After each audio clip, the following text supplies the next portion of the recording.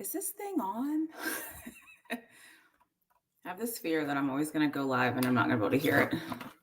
Can you hear me, Alpha?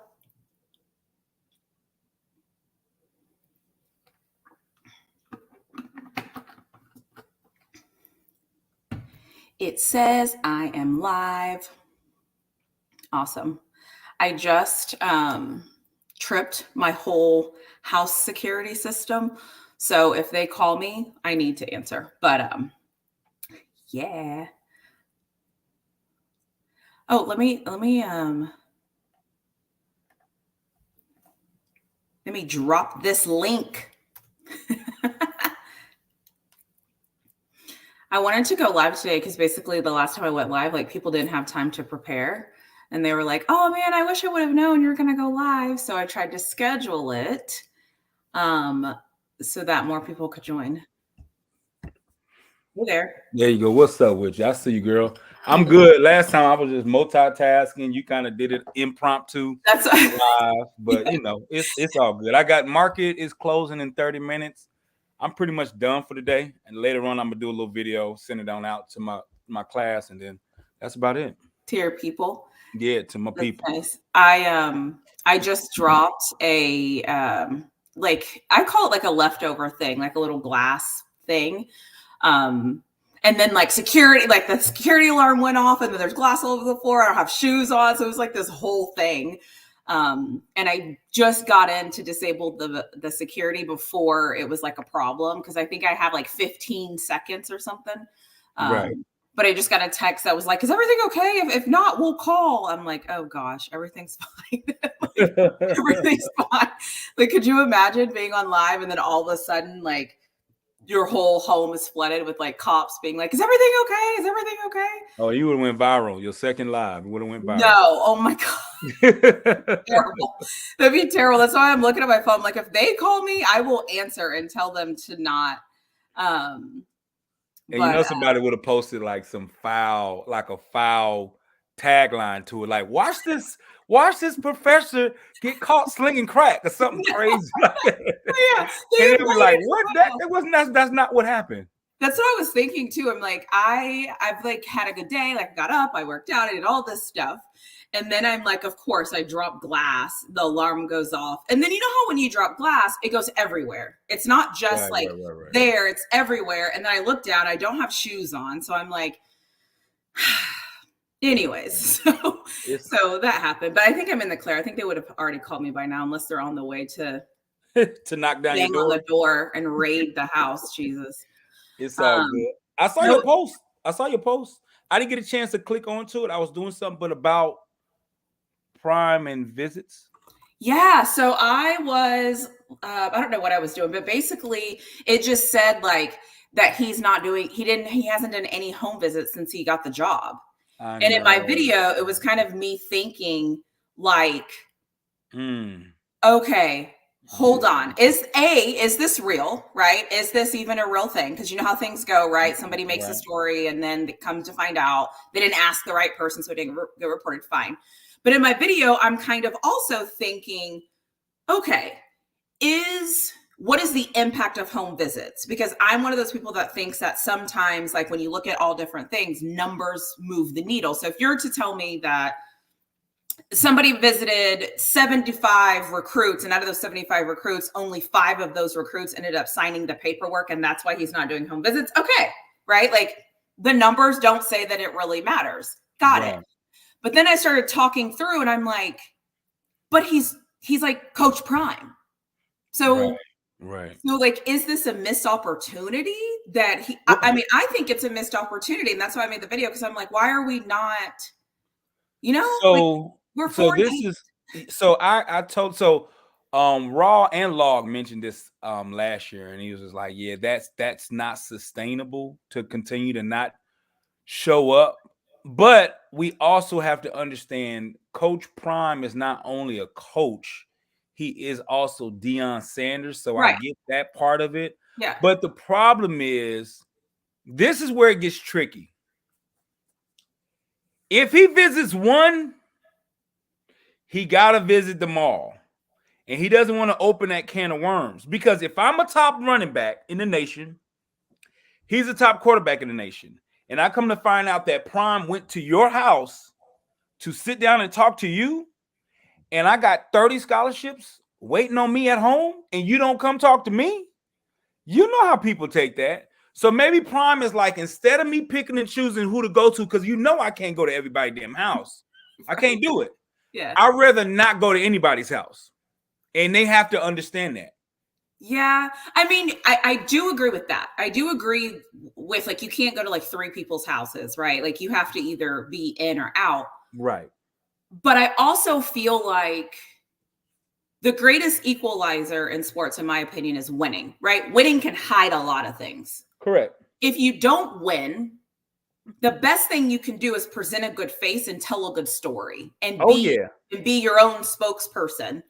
And for me, if I had a son, you got to come to my house. No, but see what Prime does is he'll tell the parents, like, we don't do home visits. Just do the safety. He can say just due to safety. Just do the safety, because they also have to recognize he is a celebrity as well. That's true. That's what I said that in my video too. Yeah. Right. But so what they say is, what we prefer to do, just because this is a unique situation, is we prefer you to come see the school. That's why he has a lot of people that come visit Colorado. Yeah. We prefer for you to come see the school. We could sit down, we could talk, and then from there we make decisions. So I think he can still get what he wants to get, but there's some people that feel like, and that just is what it is. Yeah. No, Nick Saban was in my house eating my food, and I want to go there because this is what he is going to run across. Even though you flew me to Colorado, and let's say your team, let's say they go 7-5, 8-4, whatever. What's the coach for Georgia? What's I can see his big old face in my head, but I can't think. Yeah, he does have a big face. Kirby Smart. even though I went to Colorado, y'all picked us up in a nice van, you showed us around, and then you shipped us on out. There is something about somebody coming into your environment and sitting down with you and having your mom's cobbler. Yeah. There is something about that you cannot replace. Like, no matter how much media we have back and forth on Zoom, there's something about when it's time for me to sit down with a client and it's something to do with finances or whatever you're trying to sell. I agree. To sit in somebody's face and for them to tell you no in your face, or for them to tell you yes in your face, is something you just can't get from 2D or from some transactional in and out type of thing. I agree. Yeah, and it is what it is. It is what it is, but he's going to have to. Right now, it has hurt him with wins and losses, but I don't think it has hurt him with narrative and talent recruiting, because they're going to say their PFFs are high and we have the talented recruiting class. We have if that number still keeps trending up. Now, he doesn't get the kids that the big schools get. He don't get those kids. Well, right. Okay. So then it begs the question, right, of there's two things about this. When you got into coaching, this is part of coaching, but you've decided to do things differently. So you've decided maybe that's not important, so I'm going to do something else. Okay, great, cool, whatever. Right. But as I'm looking at Colorado as a program and I'm rating them as a program, I think they're just like an average to lower tier program. Oh, no doubt about it. Academics wise, I like them. No doubt about it. So if you're trying to kind of like break the ceiling and you're trying to do better, why not roll out your best asset? So okay, I have a story to tell you. So you are right. So let's stay where we are. So we're talking about kids that are there, and parents and families are there to make a decision that can change the rest of their life, right? Right. So it's a very big decision. I'm not gonna make it because it feels good. I'm not gonna do this just because I like Prime. I got to do this for me, because he can leave. He can do whatever he want to do. So let me tell you this story. This is funny. So my first year in the league, you don't know any better. So I was going after my first year. I was going to get it. You remember when everybody had Denali sitting on like 23s and 24s? Yeah. So I went to the dealership. I I got a black Denali, blacked out everything. I asked him to put TVs in it, put 24s in it, and put some speakers in it. I'm 22 at the time. So I got it. So this is the cool part. They let me just drive it for like 2 weeks. So you this or that, you're a cowboy, you can do this. So I said, okay. So I'm driving it. Come to find out, after driving it for about a week or two, I mean, I don't know why they let me do that, because I could have just bought it then. But after driving it for like a week or two, then I realized at the end of the day, this vehicle, I go to the grocery store.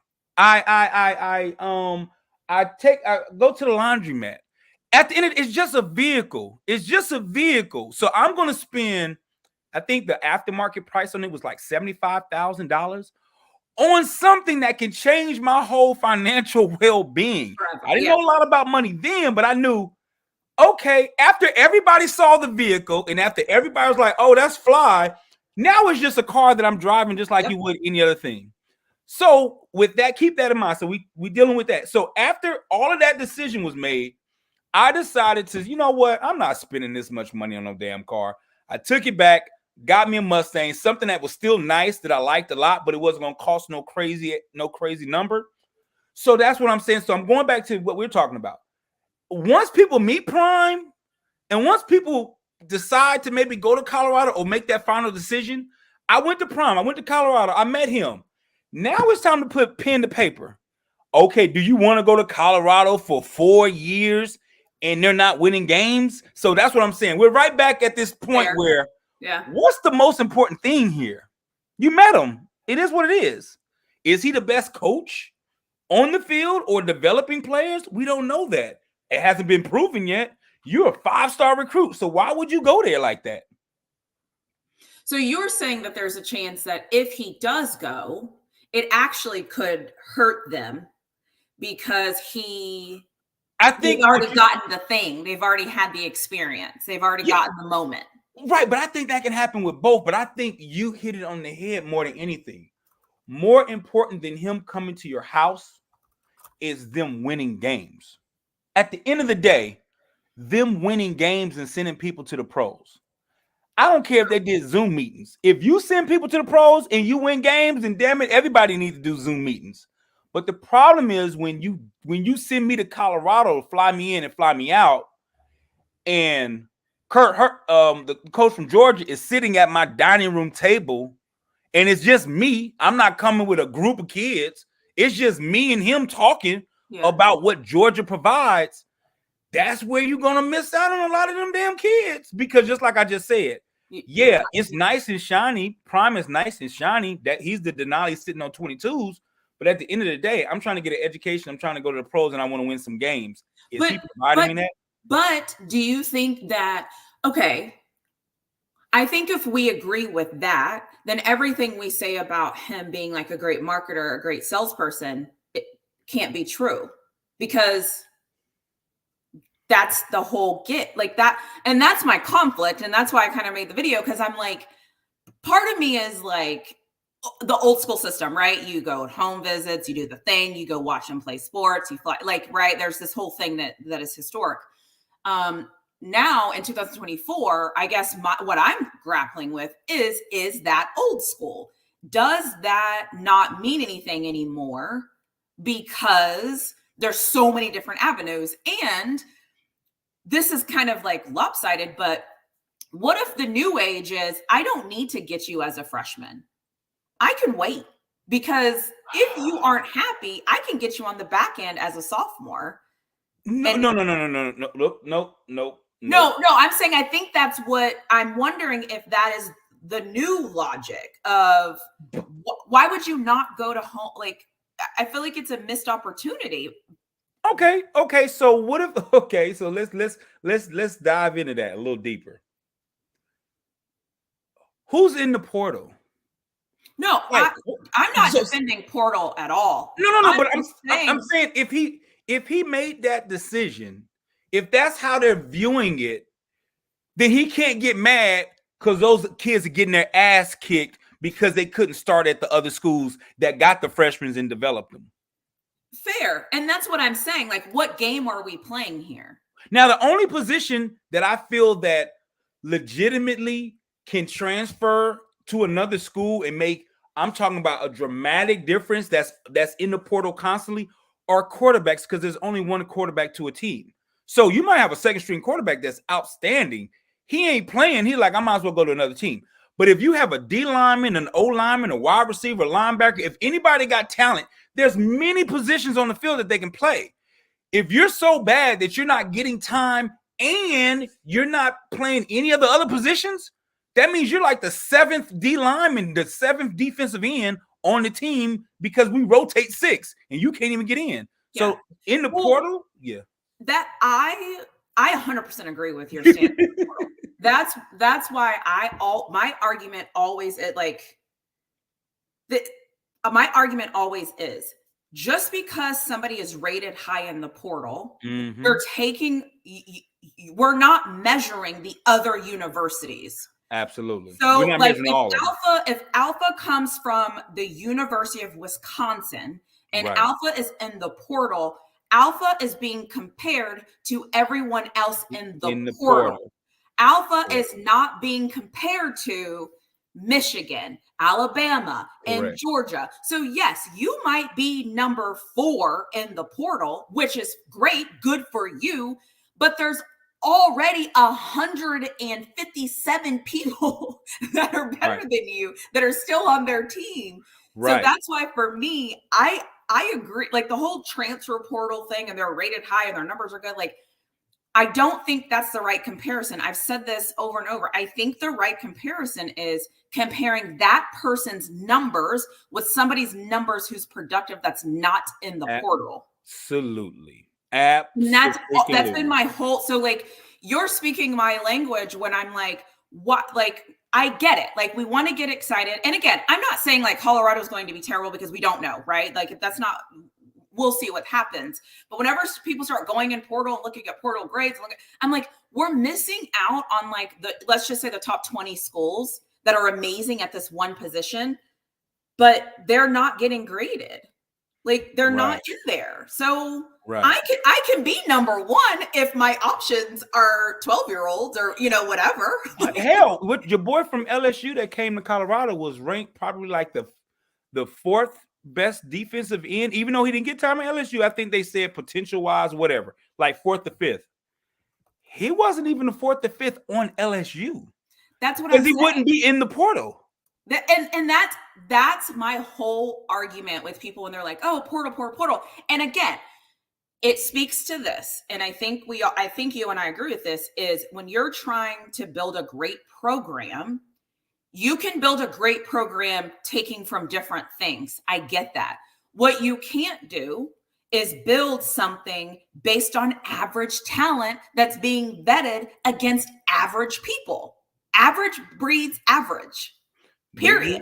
You're right. You're right. So I'm not looking for. I am not. What did my boys just say? I am not looking for a wife at the strip club. Right. If you are shopping, whatever you shopping from a pool of unnecessaries, whatever that thing is, you're probably going to end up with an unnecessary. Right. So, and can we just say, like, that doesn't mean those guys in the portal aren't going to develop. It doesn't mean, you know what I mean? Like, it doesn't mean all those things. It just means figure it out. Like, if you had a choice and money wasn't an option or money wasn't a problem, would you go to a car dealership and buy a brand new car off the lot, or would you go buy a used car? I mean, right. You're right. You're right. No, you are exactly right. So it's wild. And I look, this is what I get. This is what I will applaud Prime for. I tell everybody, this thing in Colorado is going to be a huge success or an epic failure. Yeah. And I don't want it to be an epic failure because it's embarrassing. And you know how us as brothers and sisters, we damn near carry the mantle for the whole race. That's just how the public looks at us. Oh, he couldn't do it, so nobody can do it. No, that's not true. He just didn't do it. Yeah. But that's the part I don't want it to be. Listen, I'm gonna tell you this, man. even though I think it may be entertaining and the social media landscape will go crazy if they're struggling and they're losing games they shouldn't lose, that thing would be crazy. It would be like Armageddon. I really don't want to see it. Yeah, I don't want to see it. I don't either. I don't want to see a train wreck. I might look at it and be like, oh my God, this train. But I really, at the end of the day, do I really want to see that? No, I don't want to see that. Yeah, me either. I don't want to see that. I really don't. Either. But what's your gut say? Okay, hold up. I know you give them caveats. You know you and your caveats. I always give a caveat. I know, but knowing you know sports, you play volleyball, you know the sport. Every time you talk about it, I'm like, the girl knows her stuff. All right, now I'm about to ask you a question. Really quick. If this was not Prime, and this was somebody named Chrome instead of Prime, and you had no allegiance or no emotional ties. If this was Rutgers University, things that Prime is doing, what would your expectations be? So here's why people don't understand. Like, here's the thing. I went through this with the University of Texas. This is like, you know what I mean? Who's the coach? Who's the coach? Steve Sarkisian, his first year was 5-7, and it was terrible. And he was coming off of like rehab and all of these things, right? And so I remember us as a fan base were like, is this our guy? Like, why are we 5-7? And people just started leaving. They were out. Like, they were leaving the University of Texas, and we were like, do we suck? Like, what is happening? Right. Like, we're the University of Texas. We have a brand new head coach, and people keep leaving our university. Why is this happening to us? Right. And I watched it be chaotic. I watched it be bad. I watched him stick with, at the time, no names, right? The Xavier Worthies and the Tavondre Sweats, and stick with those guys. And we're all like, oh God, we suck. Like, we suck. Like, who are these idiots? Like, we suck. And then he was 8-4. But wait. But there's a little different though. Hold up. There's steps there. So the question, I'm not asking you to see the rebuild. Did you feel like the things he was doing was conducive to going from 5-7 to 8? No. Okay. Like, we were panicking. Like, we were like, who is this coach? Like, who cares that he came from Alabama? Our guy, like, because you also have to realize, like, some of our hometown recruits were leaving. Like, some of the guys that we watched, you know what I mean? Like, we watched them in high school. You know what I'm saying? Like, those guys, like, the guys that we thought were going to be the guys were leaving. And so we were like, what the F? Like, who is this team? And then the season starts. It was rough, whatever. The season ended 8-4. So when the season ends 8-4, you forget about all the minutia that happened to get us there. So that's why, for me, when I look at Colorado, I'm not saying Colorado is going to be the next Texas. Hear me when I say that. They might, but that's not what I'm saying. All I'm saying is I remember that I didn't allow Steve Sarkisian and his coaching staff to do what they needed to do. And because I didn't set back, like, I was going in, and because I didn't allow them that, I thought, you know what? I'm not going to make that mistake again. I'm going to take a step back. It was ugly. I mean, boosters, donors, it was bad. So that's where my perspective comes from on, listen, we were the laughing stock. Like, we were Texas, but we sucked. So that's why, for me, I'm like, if Colorado goes from 4-8 to 7-5, to me, even 6-6, that's progress. Yeah. Like, and so that's why I have the opinion I have, is because I saw it when it wasn't good. Hi, Goat. How are you? What's up? I'm doing good. Goat, what's up with you? What do you think? About the video you made? Anything. You can talk about anything you want. Well, about the video you made, I do agree. I mean, it could possibly hurt him, maybe. I'm not sure, because, like, I've seen on Twitter, like, all the top head coaches, they're at these people's schools. Right. They had the basketball game with them. They had mama in them house, and then they also taking them to the they're going all out. And Prime is like, come to Colorado. And it's like, I don't know if you got that type of advantage right now, but I don't know. He's doing a lot of stuff different, so it could possibly work. I mean, he got a few 5 stars out of it, so Yeah. Well, that's the thing. Like, and then you have to like, what's the expectation? Because it's like if I think that they're just kind of like an average low tier program, let's just say as of right now, right? Because they're building. And if they are, what is the expectation? Have they overachieved? Depending on how you measure that, you might say, yeah. But my bigger thing is I wish somebody had statistics or some information on the history of how much home visits impacted recruits. Like I wish somebody knew. Well, what do you mean? Because I think all the top recruits probably had a home visit. Right. But would they say the home visit swayed their decision? Or would they just say, oh yeah, that was cool? I think anytime you hear a story from any former athlete talking about being recruited, the story that mostly comes up is, I remember when Coach blah blah blah was talking to my mom or my grandma at the kitchen table. Facts. That's the story. Now you may have somebody else tell the story like, man, when I went on Clemson's recruiting visit, they had naked girls running in the hallway.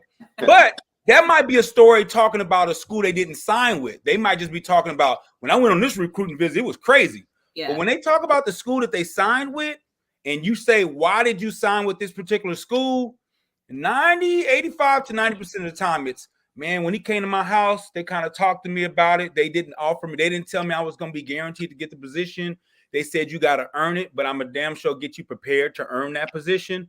At my kitchen table, that's really, really, that means something. You came all the way down. Like the handwritten note. So I know when I was getting recruited, I took the handwritten letters way more important than somebody sending me a print and they signed at the bottom. When a coach handwrites a letter, that's something totally different. So, I don't know how they can weigh that, but to be honest with you, from listening to the stories, I would surmise that it means a lot. It means a lot. The other thing is I don't know about you all, but not everybody's allowed at my house. So the fact that I'm opening the door for you to come into my home and meet my family, my people, and sit and like chop it up with me, that means something. So the fact that then now you want to come over and you want to talk to us and my grandma gets to cook for you, I don't know how you replace that. You're right. Because it's not about us getting to, this is the thing about the home visit. It's not about me getting to know your program. You also got to get to know who's coming to your school. And there's a lot about, just like you just said, especially in our community, everybody don't come into my damn house. Hell no. You ain't coming in my house. My kids got friends, all of them ain't been here. It is what it is. You ain't just coming up in here. So there's something about, it's a give and take. I'm going to get to know who you are. You get to know who I am. So we kind of meet in the middle and we kind of get an understanding of what we talk about. And at my house, you get to see my everybody. Those recruiting visits. Yeah, it's my. I might have a sister. I might have a handicapped sister that can't come with me to Colorado. That's what. Yeah. So it's what if I'm at home? I'm different at home. Like I'm laid back. I'm calm. I don't have a guard up. I'm not putting on for you. I'm not like I'm at home. I don't know. And again, and that's why I said in the video, I should probably put the video in the chat so people know what I'm talking about. I get the whole, he's Coach Prime and he can do things differently. I'm not arguing or debating that. My thing is, because as you can tell, I like conversation and I like understanding different people's perspectives. Is it a bad thing? Is it a hindrance? Right. That's my big thing is If you would you say if you line everything up and you say, okay, my choice is between I'm gonna use a real comparison here. My choice is between Colorado and Rutgers or Maryland, right? Let's be real. Let's talk about our comparisons. Right. And or UCF. Yeah. the only thing separating is UCF. The only thing separating is Gus Malzahn came to my house and he sat on my couch and he ate food and broke bread with us. Does that impact your decision? For some it may. For some it may. I think Prime has that luxury. I think Prime can probably pull that off more than anybody else can. Fair. But I think no matter what decision you do, no matter what decision you decide to take, there's always going to be some pros and cons. There's always going to be some give and some take. If he goes to each house, then he can't meet a bunch of people at once. So it takes up time for that. If he does individual visits, then if Prime is in your house smiling, talking about it must be the money. I promise you're gonna sign that paperwork. You coming to Colorado, because then he's gonna be like, okay, well, after this, you got to get on that plane and fly back with me and bring the family so you can come see Colorado. That's a totally different feel. I don't know. It is what it is. What do you think, Go? What do you think, Bishop? And welcome, Bishop. What's up, Bishop? What's good? What do you? Oh, go ahead. I would say, like, I just thought about it. I'm like, he kind of is like, it's a weird thing because he's not like the regular coach. Not saying that he's like better than other, but he has in a different situation. Like all these other coaches, they had to actually work and actually do the coaching job and move up in the ranks to be who they are. Bruh, this man been famous for a long time. He's a celebrity. Right. It's like he coaching on the side a little bit. So it's hard. It's I can't fault him for that because I just thought about that. I'm like, this man is a celebrity. He can't go to everybody else. Yeah. At all. No, you are 100% right. I agree. But I also think that like it again, I think I said this in my video too. Am I old school in the sense that am I old school in the sense that I'm expecting this? Is this just something that I need to be like, okay, this is something else he's going to do different and that's fine? Or is this a problem? Like, I don't like it though. As of today, I don't like it. What don't you like about it though? I think that if you're going to get into somebody else, if you're going to get into coaching, you should do things coaches do. I think that should be the standard is do what coaches do. I also think that if a visit from Coach Prime means that he gets more people to come and join his team, that is only a win-win for him. Okay. And if you are 4-8 and you are looking for an advantage, that's a competitive advantage that you can send out Coach Prime to your home. Like that's an advantage. Nobody else has that advantage. So if you're not going to use that advantage, it's a waste in a way. So like my question is, why not? Are we saying he shouldn't visit because he's a celebrity? Like, are we going to give him a pass because he's a celebrity? No, I don't think. The thing about it is we tend to forget he started up in elementary. So he has gone through the ranks. It's just a matter of he also has gone through the ranks of NCAA, Pro Football, Hall of Famer. So he has that in his formula, but he still had to go through the ranks. And then when he did get his first break, they didn't believe he should have got that break because for whatever reason, they didn't see him as a coach. So when you have that in your formula, you have to garner it as a stronger position. So when you do go to see some of these recruits, it needs to be the recruits that are serious. You don't go see every recruit. You make sure you train up your staff to be able to be an extension of yourself. But the ones that are really serious, that's when you have yourself applied to the formula. Yeah. No, I agree. Well, what do you think? What y'all talking about over Prime Dad? Yeah, the report came out that he hasn't went and done a single home visit at all since he's been the coach of Colorado. So the question is do we think that that's a big deal, or do we think that's prime privilege? You know what I'm saying? Just like pretty girl privilege. You know what I'm saying? I don't gotta do with some can get away with it, some can't. Prime the pretty girl. You know, and that's no disrespect. I'm just using that as an analogy. He a pretty girl. He got all the shiny objects. Like, you can't go get no chain and a whip and get on the boat and go to Miami. Nowhere else. So shit.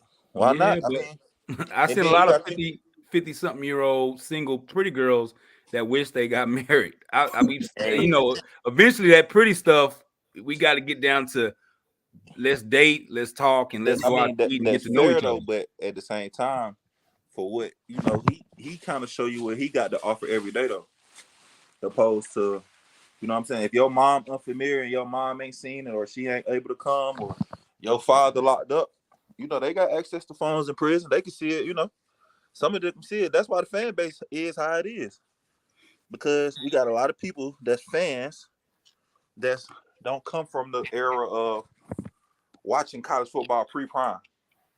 Yeah, that's true. Consistently. You see what I'm saying? Well, okay, so let me ask you a question then.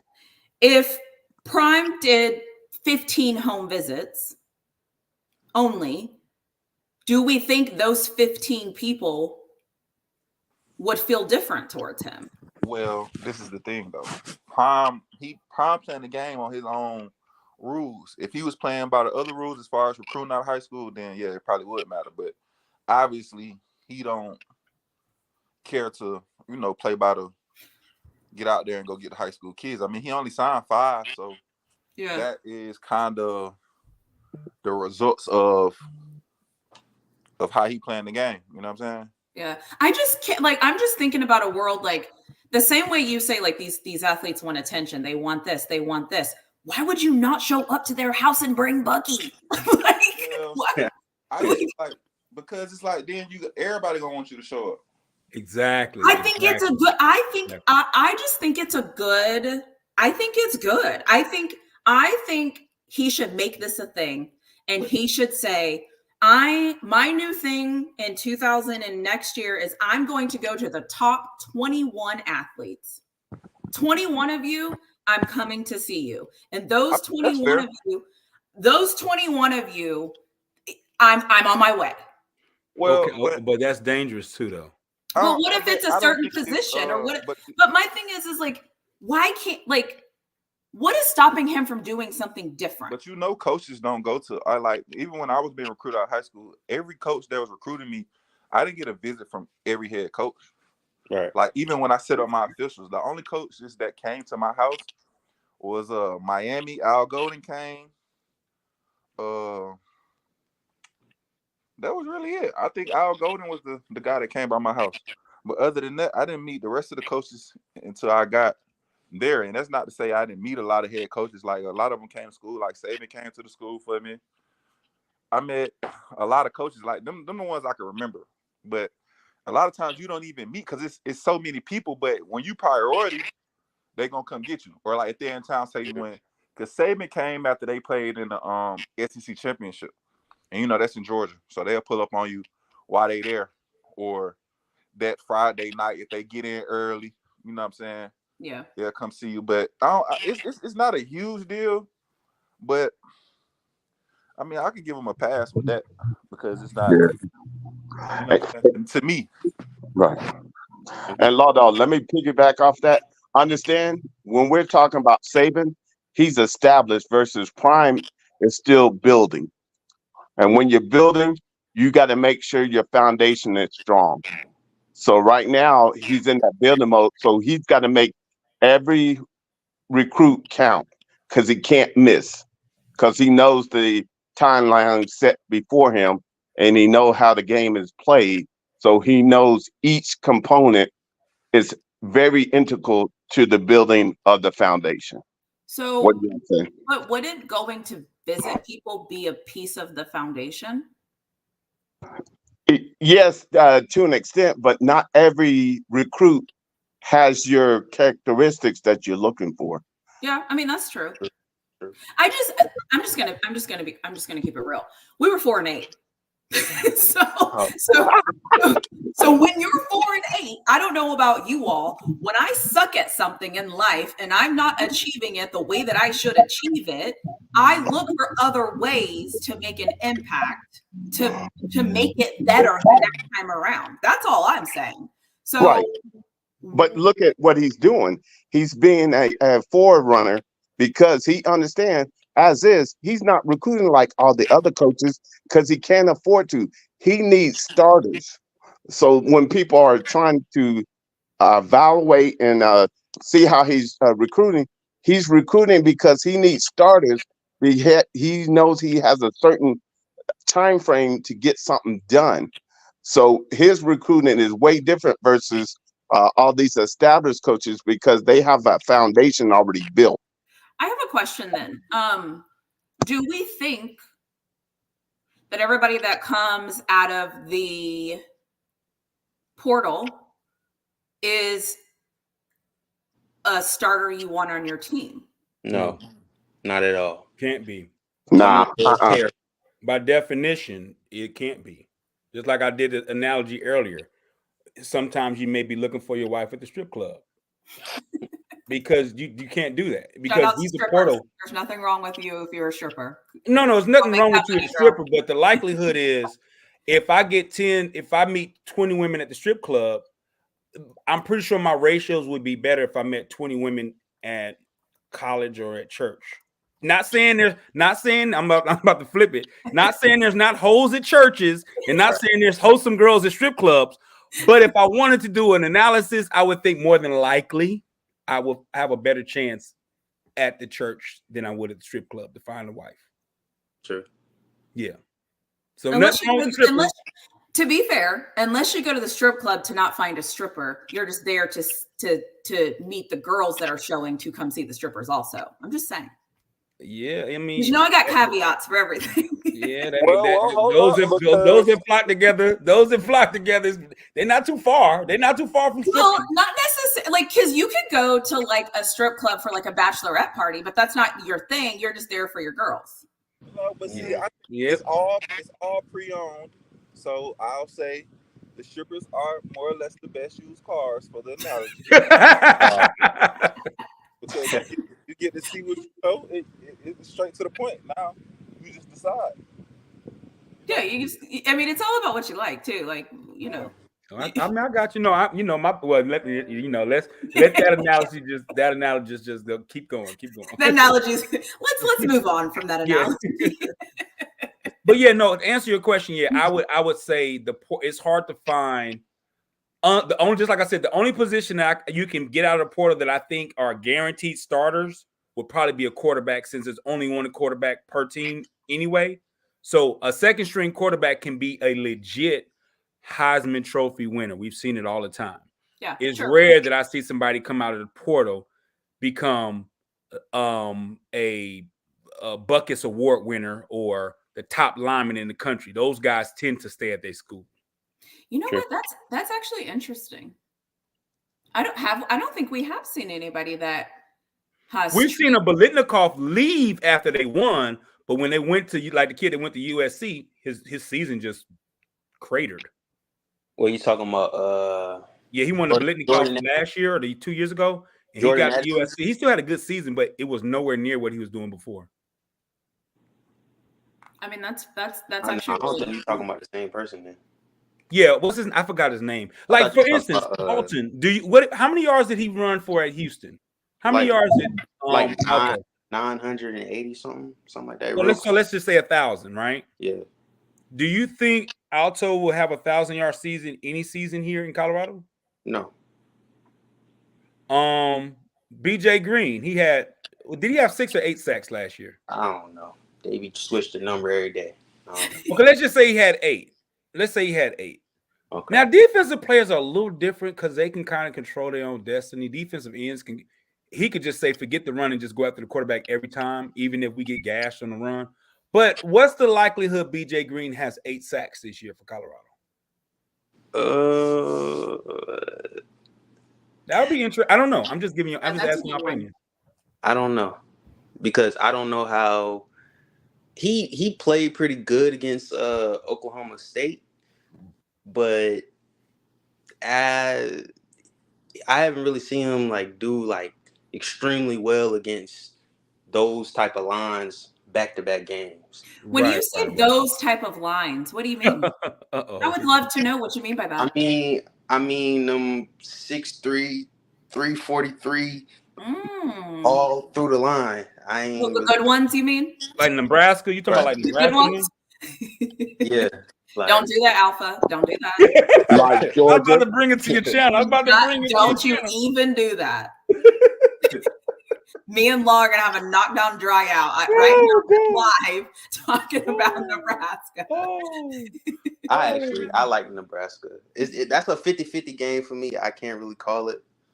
They both got pluses. Some of them, they both got negatives, so I can't call it.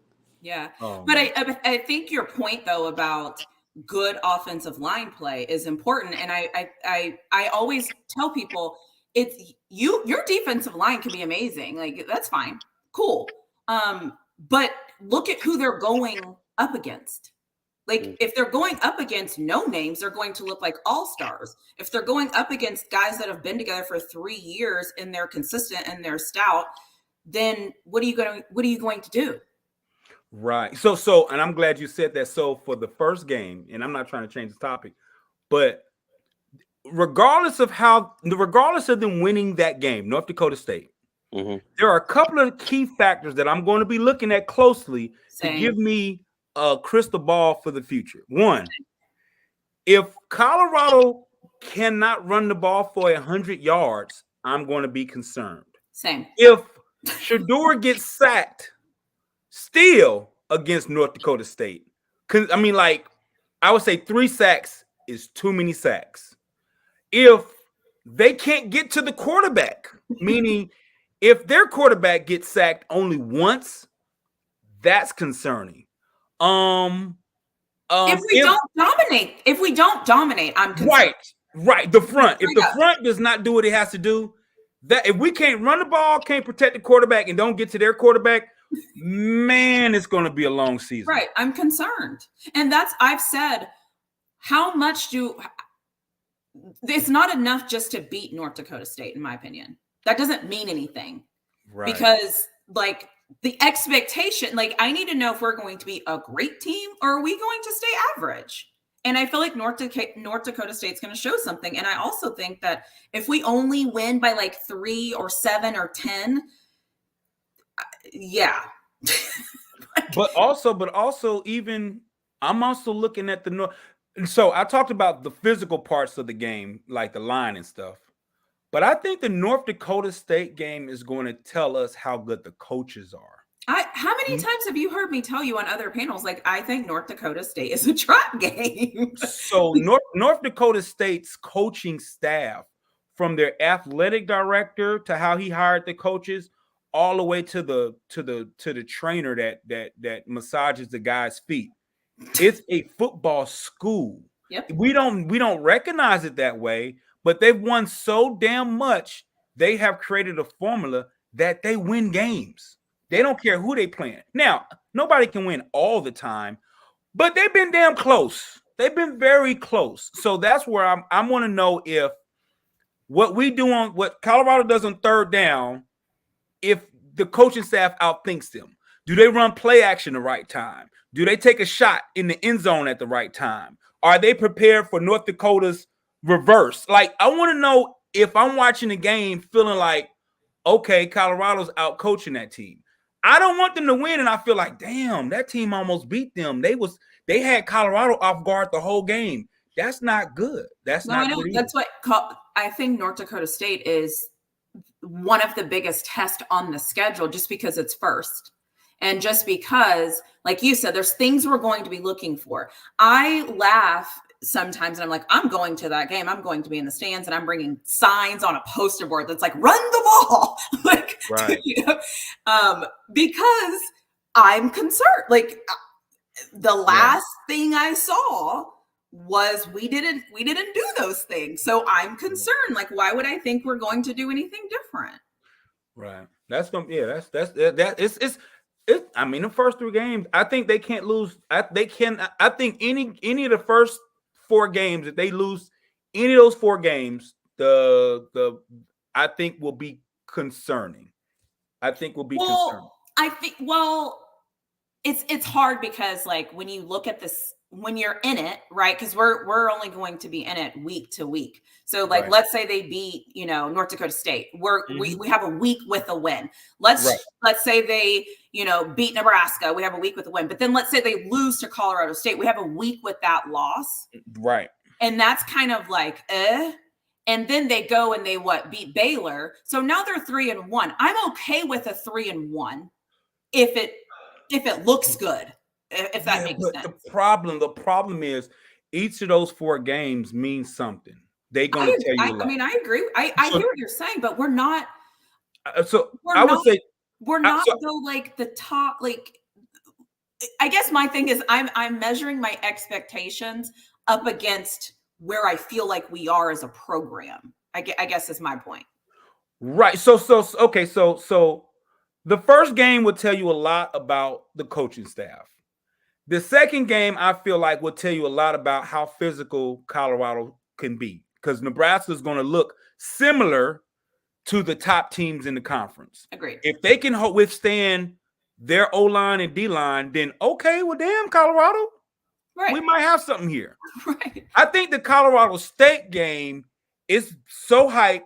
It's so much trash talking. It's so much, I can't wait to, like Dion said, I wish we played them tomorrow. It's so much of that for you to go down there and lay an egg.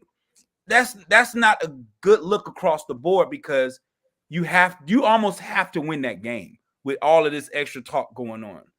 And then I think the Baylor game, your first game in the Big 12 against a team you're supposed to beat, and it's homecoming, you can't lose that game. So I agree with you. The only reason why I said that about Colorado State is because this year it's away. Correct. And because of the rival and because of all of kind of the extra. And I'm a little old school football watcher where I believe when you have a tough game the previous week, sometimes it impacts your performance the next week. AFC North football, for example. Right. And depending on how that Nebraska game plays out, it could, depending, impact that next game. Because you know how it goes. Like, you get up for this one game and you're ready and you're there and you kind of overlook the next person. It takes you a minute to kind of like get back in it. That's my only concern for that Colorado State game, is riding this high wave of beating Nebraska. Now you're away again and out. So I'm just thinking, I guess, I don't know what that would be called. Like, trap game. Trap game. Yeah. Hey, so, Bishop, my bad. No, you're fine. Bishop, you still here, my brother? Okay, I think you might have left. Is Bishop, are you still here, my brother? Okay, nobody wants to. It's just I'm right here. Hey, I got a quick question for you. It's an interesting topic. I'm glad we kind of brought it up. So, North Dakota State, Nebraska, Colorado State, and Baylor. Now, I know 4-0. Everybody wants 4-0. But as a fan, you are black and gold through and through. Right. Just for conversation purposes, out of those 4 games, which game would you be the least amount of concern with if they lost, and which game would be the most concerning if they lost? Most concerning would be the very first game, because they're established. They have established a winning tradition. Okay. The least, I wouldn't say least, but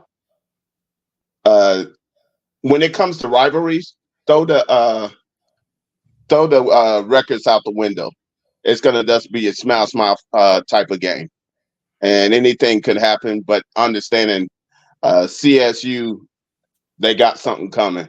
So CU is about to put work in, but anything could happen in rival games. So that would be the one game you felt like if you lost that game, you wouldn't like to lose it, but it's not concerning because it's a rivalry game. Right, but now Nebraska game, that's one of those you don't even wear red, so you already know that ain't even an option. Okay. So you say that's not, but wait a minute. So you're saying So okay, but North Dakota State would be more concerning than losing to Nebraska, right? Yeah, absolutely. Because understand, it's the first on the dot, and you've been building the whole summer That's my and thing. set your game plan for just that game, and That's my then move from there. I got you. Hey, What the about GOAT. you, Law or Goat? What do you think? First 4 games, what would be the most concerning loss? First 4. So it's North Dakota State, Nebraska, Colorado State, and Baylor. Shoot, all of them. No. No. Is there one loss where you'd be like, you know what, like, damn, but okay, like, it is what it is. I would be disappointed if they lost the North Dakota State or the Colorado State game. Okay, so pick which one. You got to pick one. I'm gonna go with North Dakota State just based off talent. That's a good Valid. one. That's valid. Yeah, that's actually really good. So that means Baylor, the first Big 12 game, or Nebraska. You feel like you don't want it to happen, but it's easier to swallow that loss. For sure. Yeah. Okay. Baylor scares me because Baylor was at the bottom of the conference. Yep. And they brought a lot of people in. Have you been doing some research about Baylor, the Big 12? Yeah. I already told you that. I'll be binge watching the Big 12 games. Bruh, I'm telling you, Baylor's a trap game. Y'all talking about trap games. That's a trap game. And I keep saying it. I keep telling people what Baylor brought in. Well, wait, hold on. Let's see what Goat has to say about this. Let's give us your Baylor take. I like Baylor, but I don't trust the O-line, and I don't trust the coaches. Baylor's O-line and Baylor's coaches. Yeah. Okay. They got the receivers. They got a nice secondary core. They got some freshmen and sophomores that I like. Mm-hmm. They don't really like the players aren't the issue. Nope. The coaching and that O-line. So I got a question for you. Go ahead. If you have bad coaching and a bad O-line, what's the perfect equalizer to have on offense? Equalizer as in the player? Yeah, what would be the perfect player to overcome all of that? Running the ball. Okay, or a QB that can run the ball, right? Well, didn't we see that this year? And that didn't at Baylor? That was 4-8. No, at the University of Colorado. No, but they didn't run. They didn't have nobody run the ball. You said, how do you overcome a bad O-line and bad coaching? Ooh, but okay. So let's say Shador, he threw a lot. He was great. But let's say they had somebody like give me a running quarterback that runs like RG3. Does it exist? No, the guy they brought in is really good. I keep telling people. Daquan Finn. Yeah, that boy. So tell me about you. What's your thoughts on him to go? What's your thoughts on him? Oh, go ahead. I like Daquan Finn. I just think he need to work on passing a little bit more. Okay. He threw a lot of interceptions, and I watched the full game and the interception. I'm like, why did he even throw that? That's fair. That's totally fair. That's totally fair. I also think like one thing about Baylor historically that they do though is they have these lulls where they're just like blah, and then then they're not. Yes. And so that's their MO, and it's because they recruit positionless football. They just recruit athletes. Like that is their job. That is their thing. And to be quite frank, it kind of started with Matt Rule, or continue with Matt Rule.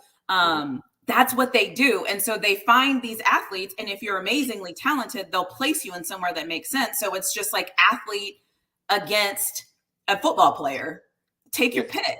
I mean, right. If a lot of people ain't like, if you don't look into Baylor or whatever, they had 2 of the best freshman cornerbacks in college. I know. I've been telling people. I know. Really flawed knows I've checked these teams out. Yes. Well, and that's why I tell people that are like, Anytime I get on a panel and people are like, "Oh yeah, the Big 12, we're gonna have the best this, we're gonna have the best that," and I'm like, I know that you haven't done your research. I know for a fact you haven't, because some of the things that people are saying just actually aren't factually true. Facts. Like, and it's gonna be surprised. And that's the part that I don't. You try to. It's like Noah. The flood is coming. I'm trying to tell y'all it's coming, but then you get to a point where you just throw your hands up in the air and say, "Let me build my boat and put some animals in here." I told y'all the flood was coming. Not only that, just think about it. They got Dave Miranda, who was at LSU and built defenses year after year. He's not going to miss too many times, and he's going to reload. So I would bring my A game to that game. No ifs. And one of the things that nobody is talking about, and I don't know if you've seen it, maybe it's just because I'm in Texas and I've seen it, is Baylor realized they had a coaching problem, and they went and got TCU's old coach to come on and be an advisor for the coaches. And that is what UT did when they went 8-4, because they realized they needed to kind of tune up some things and they weren't doing things correctly. So they went and sought out outside counsel. He came to Texas. Texas went 8-4. He leaves. Next year, he's going to Baylor. So it's like, he's already there. But it's like those little bitty things that like these teams are doing. They know their deficiencies and they're actively working on them. Not saying Baylor's going to go out here and like go to a national championship, because I feel like sometimes when you talk football, you have to like level set what we're talking about. But it's like these teams are ready to go. Right. Period. Right. So hey, Law Dog, did you give us your what would be your most concerning loss and what would be your least concerning loss for the first 4 games? Okay, he gone. Law Dog, he gone. Must be doing. The little dog looks so cute, though. It looks harmless on the picture. It's a little harmless picture. The other thing, what is the one game that you all don't think Colorado can win? Like, what is the one game where you're like, Utah, okay, Kansas State. Mine's Kansas State worries me a little bit because they are very young, but I trust the coach, so I'm like, nah. Yeah. Okay. That dude is one too much. He was the coach in North Dakota State that won all them championships. Yeah, and now he has the same offense with the correct quarterback to run the same offense with better talent. Yeah. And since you already know that they live in our nightmares. Yep. Yeah. And Kansas State is coming off of a bye week as well. And I think they got 2 weeks to prepare. Yeah, that to me is a little bit of an X factor, because it's like, usually a team has an advantage, and that the advantage you usually have just isn't there. And they're going to have film from the North Dakota State game. Facts.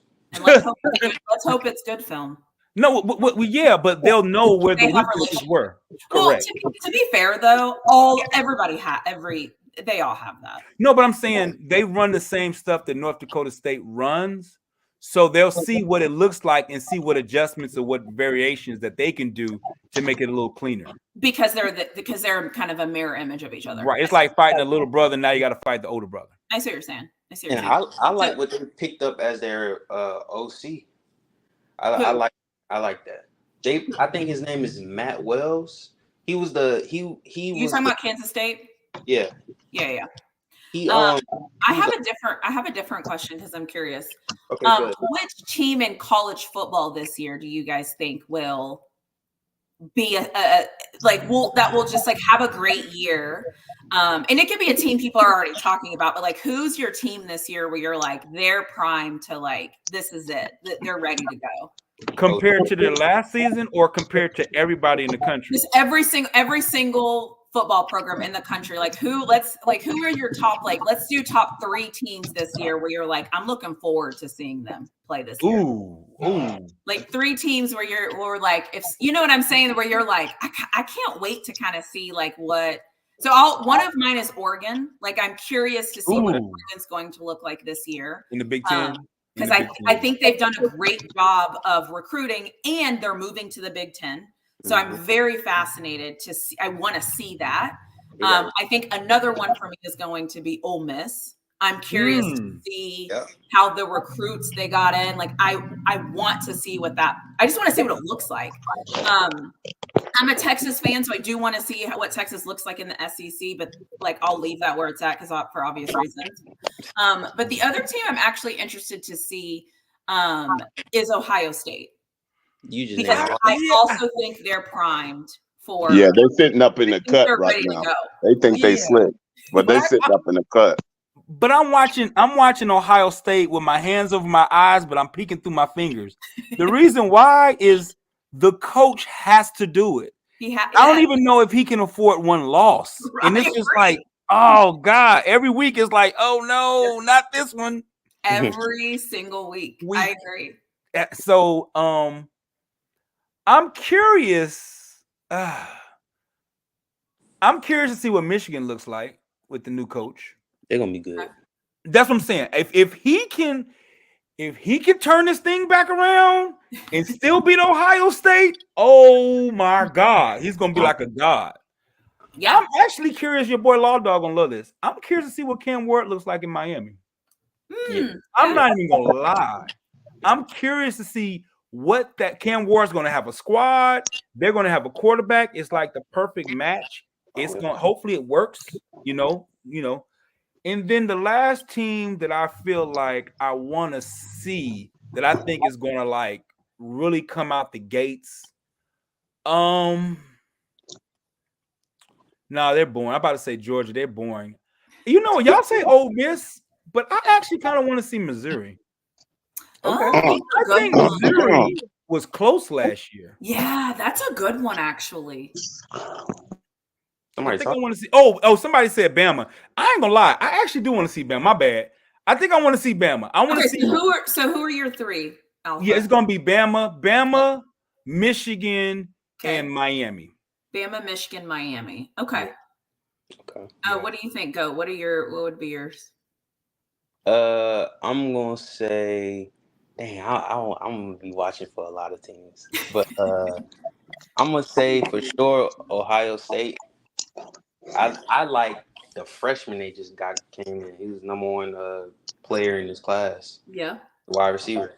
I think he's gonna be pretty good. Who are your other two? You said what? Who are your other two? So Ohio State. Who else? Alabama. Okay. And Ole Miss. Yeah. Ole Miss.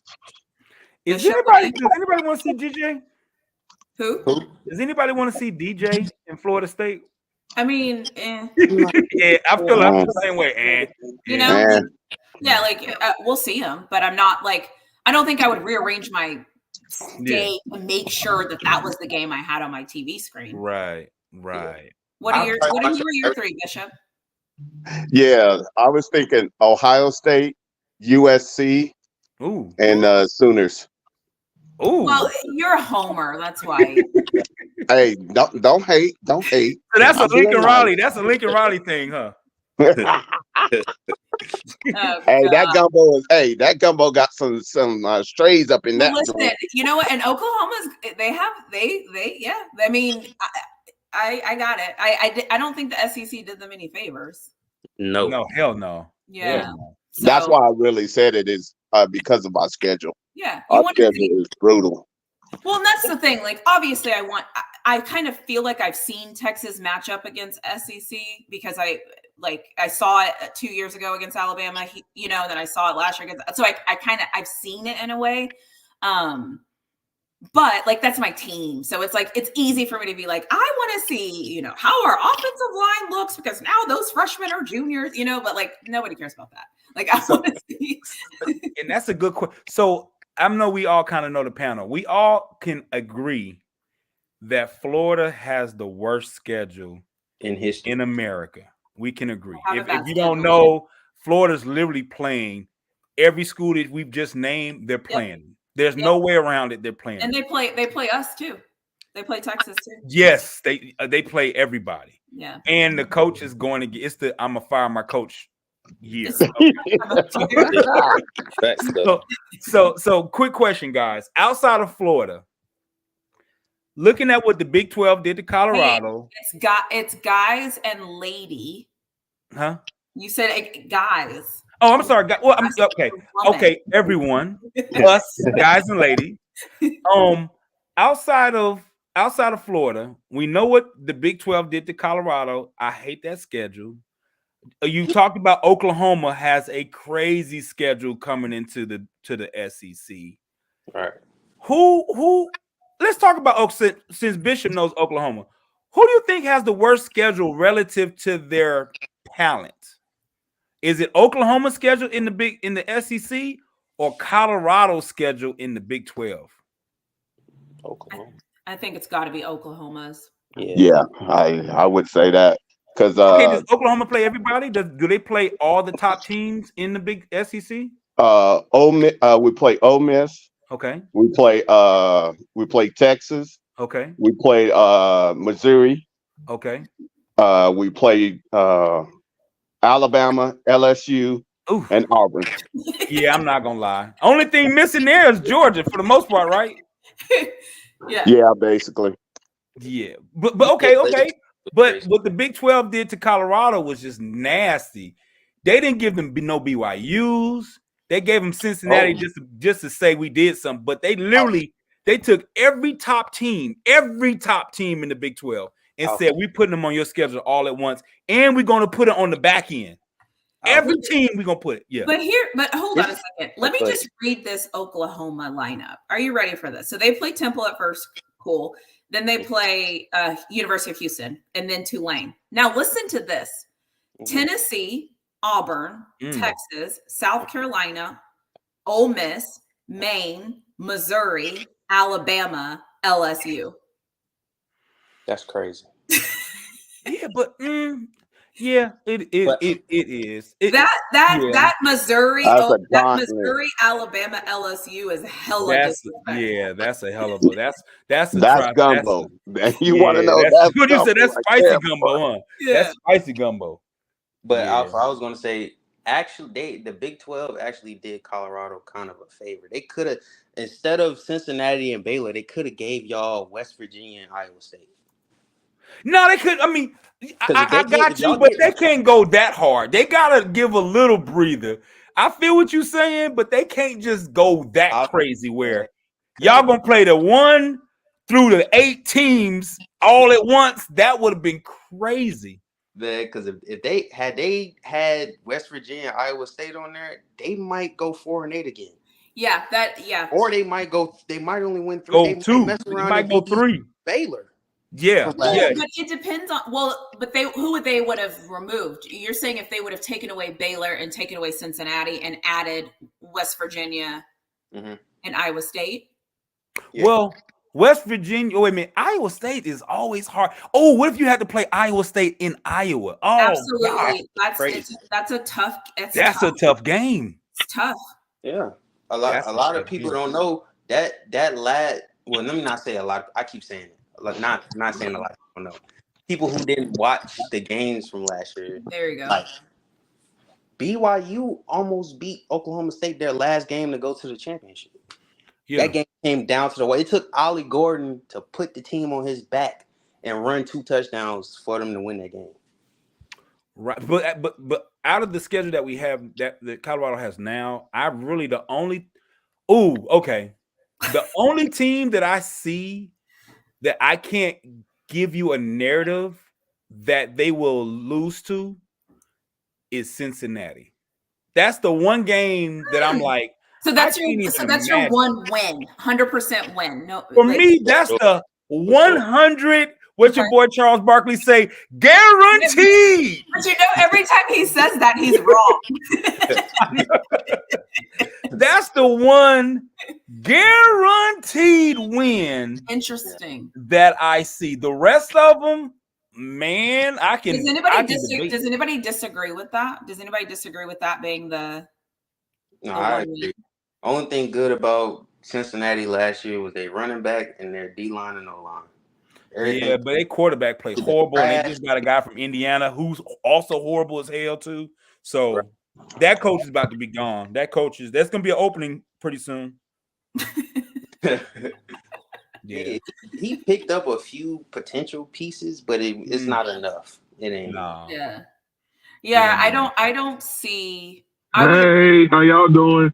Noriega, what's up with you, boy? What's up? What's good? What's good? Yeah, I feel like that was Stanford last year, though. I was just like I. Here's the thing. I'm traumatized. Okay, I have trauma from last year. Okay, I'll admit it. I'm okay. I'll admit that I experienced some trauma last year, and the things that I thought were just like, oh yeah, of course. Even in the game, it didn't turn out to be, yeah, of course. So while I want to say, yeah, Cincinnati, I think for sure, I'm also kind of like, oh. Nah, they're going to beat Cincinnati. Stanford at least had offense. Cincinnati has no offense at all. No, but we say that because that's what we saw. We saw them do that against us. Up until that game, Stanford was Stanford. It's easy to say it now, but going into that game, I think Stanford lost to, was it San Jose? They lost to somebody crazy going into that game. Like they lost to a sorry team. It was something crazy. That game, we're just going to shift and we're going to say Cincinnati. Does anybody disagree with Cincinnati? She don't even want to talk about that game. I'm triggered. I'm actually triggered right now. Does anybody disagree with Cincinnati? No, that's an absolute. I mean, listen, I can openly admit when I'm triggered. Okay, right. What are we talking about here? What are we talking about? We're talking about the game that we think 100%, no matter what, next year Colorado is going to win. Oh, North Dakota State. Yeah. Who said North Dakota State? They go Law Dog. This man's been quiet the whole time. Hey, really, Flo, ask Law Dog. I'm curious. Ask him about the losses. So 2 questions. The first thing is, in the first 4 games, who do you think the most detrimental loss would be? North Dakota State. Okay. And then the second question is, who do you think 100% Colorado is going to win the game? Is there a team where you're like, they're going to win this? Yeah, I got to absolutely guarantee it. The spring game. Hey, man, that's what's up. You said for me, Nebraska. They're gonna be Nebraska. Here we go. Bro, let's talk about another team. We are not doing this Nebraska thing right now. Right. Yeah, I'm tired of talking about them. Thank you. Let's talk about other games. Let's talk about Kansas, UCF. Well, so since you brought up Kansas, I think Kansas is going to present the most challenges to them. I think Kansas might be the team that I feel like is the most I think their quarterback play is going to be solid. I think there's going to be if we want to use the word juggernaut and what you're going to do to stop Kansas. Mm-hmm. I think that's going to be the team where I'm going to be I can't wait to see this game plan. Yeah. I have UCF. This is why. Okay. UCF was the number 1 run defense. No, the number 1 running team in the Big 12 last year. And they was also the number 1 pass defense in the Big 12 last year. So Colorado has issues with both. They can't stay. Well, with the team that we saw, we're getting better. And they still got 80% of the same people on the team, but they could not stop the run, and they flourished. Their offense was mainly a pass offense, and UCF statistically is built for that. Okay. That's fair. Who else? Does anybody else have an opinion of what game they think is going to be a weird kind of game for? I like that Kansas, man. They're gonna North Dakota State. They're gonna see so much stuff in that doggone Kansas game. Yeah. Scrambling quarterback. North Dakota State to me. They're gonna start motion, a bunch of motion, all type of stuff. Yeah. But you know, last year the only quarterback that ran that Colorado played against last year, it was the guy from Nebraska, right? Was that the only running quarterback? Nah, UCLA. I mean, okay, he can run, but he wasn't a running quarterback. Right. UCLA, a game. They was running the ball, but Shallow was making them cough that bitch up. But he was like 20, 30 yards downfield when he was fumbling that bitch. So Yeah. Right. So the reason why I'm asking is because the D-line, the game plan got to be disciplined because they're going to be playing against Jaden Daniels. He can run that damn thing. Yeah. KJ Jefferson, he can run that thing. Avery Johnson, he can run that thing. And the old Cam Rising, he can run that thing. They got a couple of teams that got these quarterbacks that when all hell, Baylor, he can run the hell out that thing. Well, you know what's interesting, and this might not Texas Tech. I don't mind Texas a Tech quarterback so much that can run per se if that's their thing. Like if that's the only thing a team presents as a problem, I don't mind. Like a scrambling quarterback alone that's not my concern. Correct. A scrambling quarterback plus a solid offensive line plus a solid running back plus receivers who are like, that worries me more. Right. And so that's like, and I'm not taking away from Cam Rising and like who he is or whatever. He just doesn't like scare me. I don't like he's going to have to show me this year. That's it. But he's a two-time Pac-12. Pac-12, they beat everybody. They beat everybody. And USC twice in Heisman year. But anyway, like I want to agree with you on that. You made a great point because I was going to get to that. I think we give him like credit. Like if a nigga is a running quarterback, they not going to be able to force nobody to be one-dimensional. You know but that's the thing. And if they don't, then obviously they're going to lose. Like, period. So, like, well, you got quarterback. Your phone's breaking up. You got I'm saying if you got a running quarterback, I don't think they're going to force the running quarterback to be a passer. You know what I'm saying? Because, I mean, worst case scenario, you just start handing that bitch off to the running back and what? You know what I'm saying? So, well, that's the thing. That's why, like, our defense has to be better. That's what I was on the live earlier, and like I said, I have no opinion on the defense because I don't know what the guy. I ain't gonna fake it. Like I'm not even listening to the interviews that he doing because I hear people saying, and the nigga not saying nothing.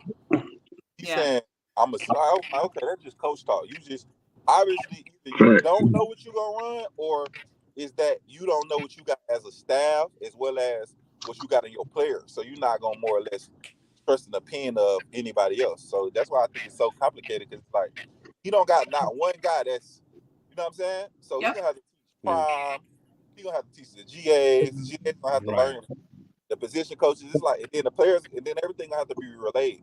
And then that's where I say the coaching come in. And so I feel like the new D-line coach, I feel like they'll be pretty strong right there as far as just his mentality. I think mentality, they might show up. So, like I said, I expect the D-line to be a lot better more than the group. But, hey, Law Dog, I'm glad you mentioned that. The reason why is exactly what he's saying is right. If you're waiting to see what kind of talent to tell you what your defensive playbook is going to be, so much time is going to be wasted trying to figure that out. You never get a chance to teach the coach. Like if you run a 3-4 defense, there's a certain technique you have to run that's totally different than the 4-3 defense. If you have to run a type of man blitzing type of concept, that's totally different than a zone concept. So not only it sounds like he's trying to figure out what he wants to run, then he has to educate the coaches so they then can coach that. That's a lot of. I would have rather him say, "This is what I run. I'll find the players to fit it, and then we'll manipulate it. But I like to run blah blah blah blah blah." I think the problem here, I'm just going to keep it real, is all of this is just smoke and mirrors. It's all this game they're all playing of answering questions. That's crazy. And not giving any answers. Like, and that's why I stopped watching all the things. Like, it's just a whole lot of smoke, mirrors, and this thing, and this person's here, and we're going to show them today. And hey, I'm going to tweet that I'm not going to show you everything. And then I'm also going to show up into spaces and say, hey, yeah, I don't show you everything. I don't know why you guys are acting like okay.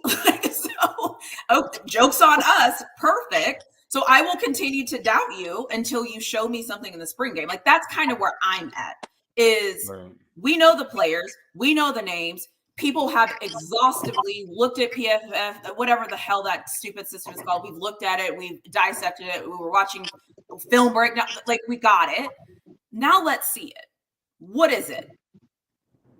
Put it out there. Like, what is it? Whoever's advertising this game, or if somebody's going to put it on TV, let's see it. Like, I don't even care at this point. Like, I don't even care what these coaches are saying anymore because it's coach speak. I don't need you to get me fired up. Go talk to your team. I need to see what 11 are on there. What 11? Nah, Doc Holiday. Period. Coming What out 11? Doc Holiday. Yeah.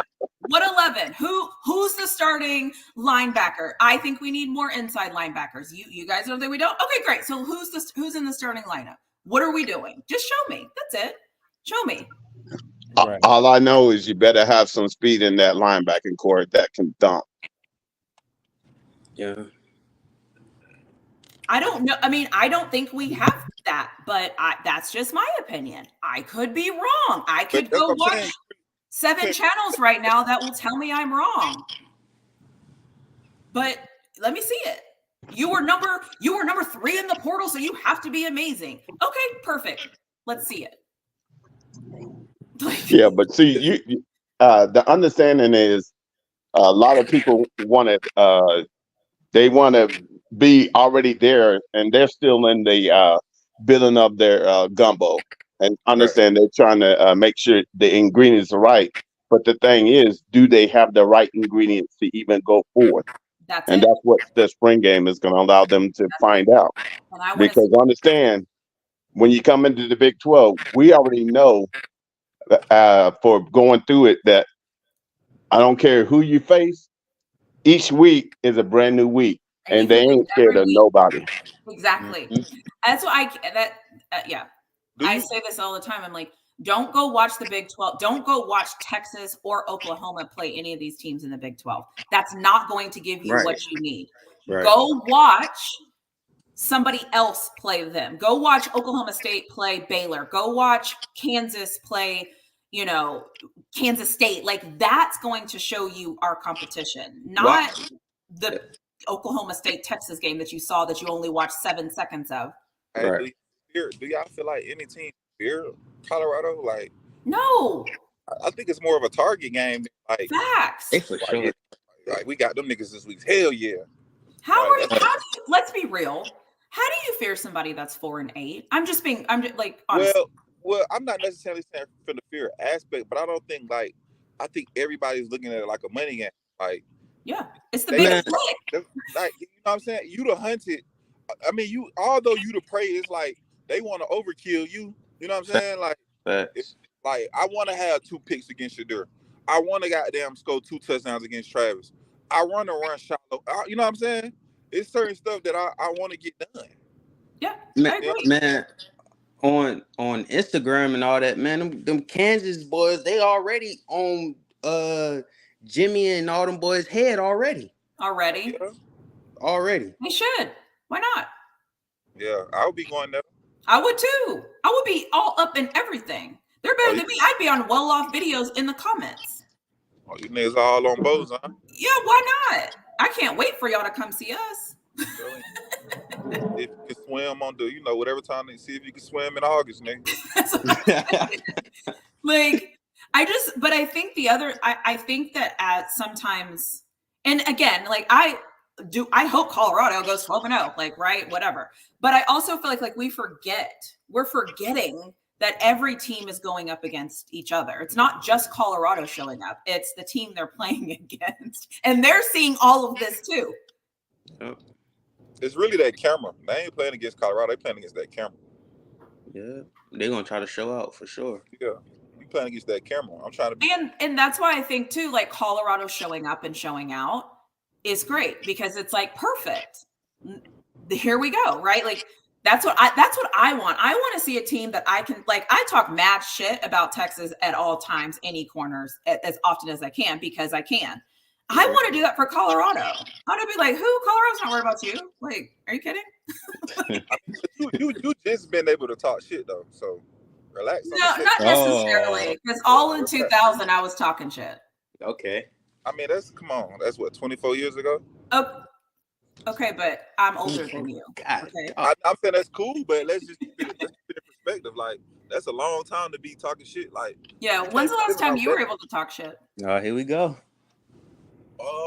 This morning, actually. No, I'm talking about for your team. Talking about the Hurricanes? Yeah, when's the last time they did something? Oh, we gonna talk shit every year. Oh, no, but when's the last time they did something? About 15, 16. We had win. It's okay though. It's more relevant than what y'all have been. Y'all had Charlie Strong over there. What terrible. Just terrible. Yeah, so come on now. Let's keep it real. Yeah. But again, that doesn't stop me from saying anything. I'm still going to talk, just like you're going to talk. And my team might not be anything, but I'm gonna say something. But I need it to mean something at this point, is what I'm saying. Well, I don't know. That kind of like, like for you to say all what you saying, and you got Colorado beating Nebraska is crazy. Even though we ain't got to talk about that, but the fact that you had an understanding that you have, because the other people I can understand, but you, the other people, crazy. The other exactly, Law. I've been telling her that. I've been telling her that. I'm going to say this again. The reason why I have Colorado beating Nebraska. Now, everybody listen, because I'm not going to say this anymore, but here we are. When I look at teams, I associate them by tiers. So some teams are amazing. Georgia, Alabama, they're always going to get my opinion they're always going to get my win unless they play each other. Then I'll have to dig deeper. And then there's the next tier. For me, the next tier right now is kind of like your Oregons, Washington, all of the lesser coach, like the next year. And then there's the average teams. I think Colorado fits in the average teams. You know who else I think fits in the average teams is Nebraska. Okay. And I think when you have average team against average team, the way that I'm looking at this, it being the second game of the season, and me thinking Colorado is going to get better. Yes, Nebraska will get better. But because it's average on average, I'm going to go with the team I'm cheering for. Okay. Oh, ooh. Let me dive into this. I'm not done. Hold on. You're not done yet. Okay. Yeah, I want to dive into this. I want to dive. So when I picked what I picked, like Alpha and I were talking about at the very beginning of this phone call before, or this whatever this is, before anybody joined.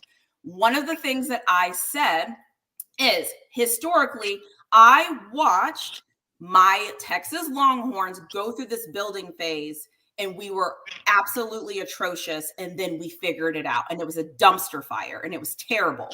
I said to Alpha in that moment, because I watched Texas rise out of the ashes when I thought they were done, I, as a fan of football in Colorado, I'm expecting, because I'm a fan, I can expect things as a fan.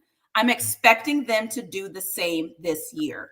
That is why I picked that game for Colorado. Now, you can disagree with me. That is okay with me. I'm not disagreeing. You didn't say anything for me to disagree about. All you told me was I didn't disagree with you. All you said was I'm a fan. That's why I picked them. No, I'm saying I think they're both going to be average football teams. Right. Oh, can I ask you this? This is one question. Would you consider 9-3 or 10-2 in the Big Ten this year an average team? What would you consider that team? What I consider 9-3 or 10-2. 9-3, 10-2. What tier would you put that team in? I think that's a good record. Okay, but what tier would you put that team in? If you can go 9-3, 10-2. I don't know. I haven't looked at Nebraska's schedule. I can't tell you, but it should be. I'm just saying in general. It should be a top tier. 10. Yeah. Okay. And that's why I was asking that question, because looking at their schedule, more than likely Nebraska is going to be 10-2 or 9-3 this season in the Big Ten. And here, so here's my thing.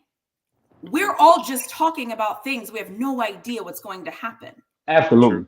It's fun. And so You're right. because You're you right. think that, the same way I'm not going to try to combat you and try to come back and say, well, what about this? What about? That's all I'm saying. It's an opinion in March. Like, now, Right. July, I might see something else and be like, oh my God, there's no way Colorado's ever going to beat Nebraska. Maybe. I don't know. Well, Alpha, that's in cool. March, That's cool for you not to hold her feet to the fire, but she much more educated than most of these people, and she but understands. it's March. Well, it's March. Been I watching it since just 2000. told you I'm seeing a lot of smoke and errors and coaches speak, and I have no idea. Like, I'm just picking I'm a saying team. you made your point. I'm just trying to. Can I respond? No, I'm just kidding. Go ahead. Can I respond to the point? Because all you said was, I'm a fan. And then at the conclusion, at the beginning of your statement, you said, unless two major teams played, you would have to dive deeper, right? And your Georgias and your Alabamas, right? You said if they played each other, you have to dive deeper. So I would assume you would do the same thing for when the average teams line it up, right? Yeah, if they were playing tomorrow, 100%. It is Well, March. we know they're not playing tomorrow. I mean, Exactly. that's a given. Exactly. So why would I? So based off the fact that we haven't seen either one of these teams in a spring game, we haven't seen the new portal, we haven't seen anything. Right, but the thing is, first, we get on here and we've been talking about CU since the inception of Prime, right? About every day. So we know everything there pretty much is to know about CU for the most part. But I don't know though. That's what I'm trying to tell you. But you're there for all the conversations. So you if you don't know, you at least get to hear, correct? I hear what people are saying, yeah, right. But I also don't agree with what they're saying. Right, and that's fair. Right, that's because of your knowledge of the understanding of the game, right? I'm listening. So with that being said, my point being is, you know what Matt Rule is. Aren't you familiar with the guy? I know what Matt Rule is. Mm-hmm. Right, you know his coaching history and his coaching acumen, correct? Yeah. And you know he do from year 1 to year 2 and 3 in his programs, correct? Yeah. So when you look across the sideline, you see what Prime got over there, as well as the players, which you know who, what, and what they are, correct? I think so, yeah. Right. And so for you to know all that and still make that statement, I feel like it's awfully super fanish of you. Okay. Awfully fanish. So do I get an award because I'm making a obviously fanish pick? No, I'm just saying that's what it is. Like, can we just say you're just being a fan? I mean, you said it. But that's the thing. I don't think that's it. I think in March of 2024, when I still have time do you feel like you can change your opinion with more information? Yes. Of course. Okay. So all I'm saying is, as of today, that's my position. There's still so many things that we don't know that could trigger a different opinion. Doing what CU fans do. Like, you say something, but you don't say nothing at all, because when I asked you why, you only told me that you were a fan, and that's the team you're going for. I said they're average. I said they're average. No, you're right. You're right. My only reason why I would think that she would go for Nebraska is because Nebraska literally took one of the Steelers coaches, and now he's on staff. Then that's what I see, and I think things like that are going to continue to happen up until the season starts. So that's why for me, and I said this when I made my prediction video, as of the time of making this video, and what I know today, this is where I'm at. However, I'm going to go back and reassess before the season starts. Man, the GOAT just threw you a lifeline. He was drowning in that water. I'm not. But my thing is, but I always have this conversation though, that just because we both watch football, we both can see football differently. That's okay. That's why people talk sports, is because you see it differently. Your argument is always the same argument. Look at what Shannon is doing. Look at these shows. What are they doing? They're debating sports. They're debating sports based off their opinions. Right. But now that I'm here debating off of my opinion, since it's not your opinion and it's not how you think I should come to a conclusion, it's not the right one. It just doesn't. That's not how this works. I mean, like I say, I see. You know what? Let me be honest. You was right, and I didn't see it from your point of view, but I totally That's not. I understand. don't need to be right though. I don't No, I'm ever saying need to be right. I just need you to no, understand that right I about have a what you perspective. said. Right about what you said. Maybe I just can't see it from your point, and why it doesn't validate to me. That's what I'm saying. And So that's all I'm saying. oh, And okay. I see what you're that's saying. all I'm saying. And like I said, like in anybody, like Alpha could say something right now, and in my mind, I'm like, I don't really get that. Like, I don't understand it that way. Doesn't mean he's wrong. It just means what I don't see it that way. It's just like women. You could look at a woman and be like, oh God, she's fat. And I could be like, no, she's not. She's thick. It doesn't that's just how I see it. Yeah, that's not the same thing though. But It is kind of the same thing though. No, it's not. Yes, it is. No, it's not. I'm a woman. My view of her is going to be different than your view of her. Okay, well then there you go. There you have it. You're right. see how that happens? You're right. What do y'all? Because you validated it to me. You're a woman, so of course I got to give you that. You might see it different. What were you gonna say, Joe? That's what I'm looking for. I was going to say, what are y'all's thoughts on UCF? I think UCF is going to be tough because of the running game. I think, what is his name? Kobe. RJ Harvey. Yeah, RJ Harvey. Kobe That's the running back. Kobe's a running back. Who's a running back? Did I make that up? RJ Harvey. Oh, okay. Who has a running back named Kobe on their team? Kobe is UCF wide receiver. Oh, okay. I got the positions mixed up. I think I have UCF as a loss. I think it's going to be hard for. Those guys look great on film, so I don't know. There you go. Now you talking.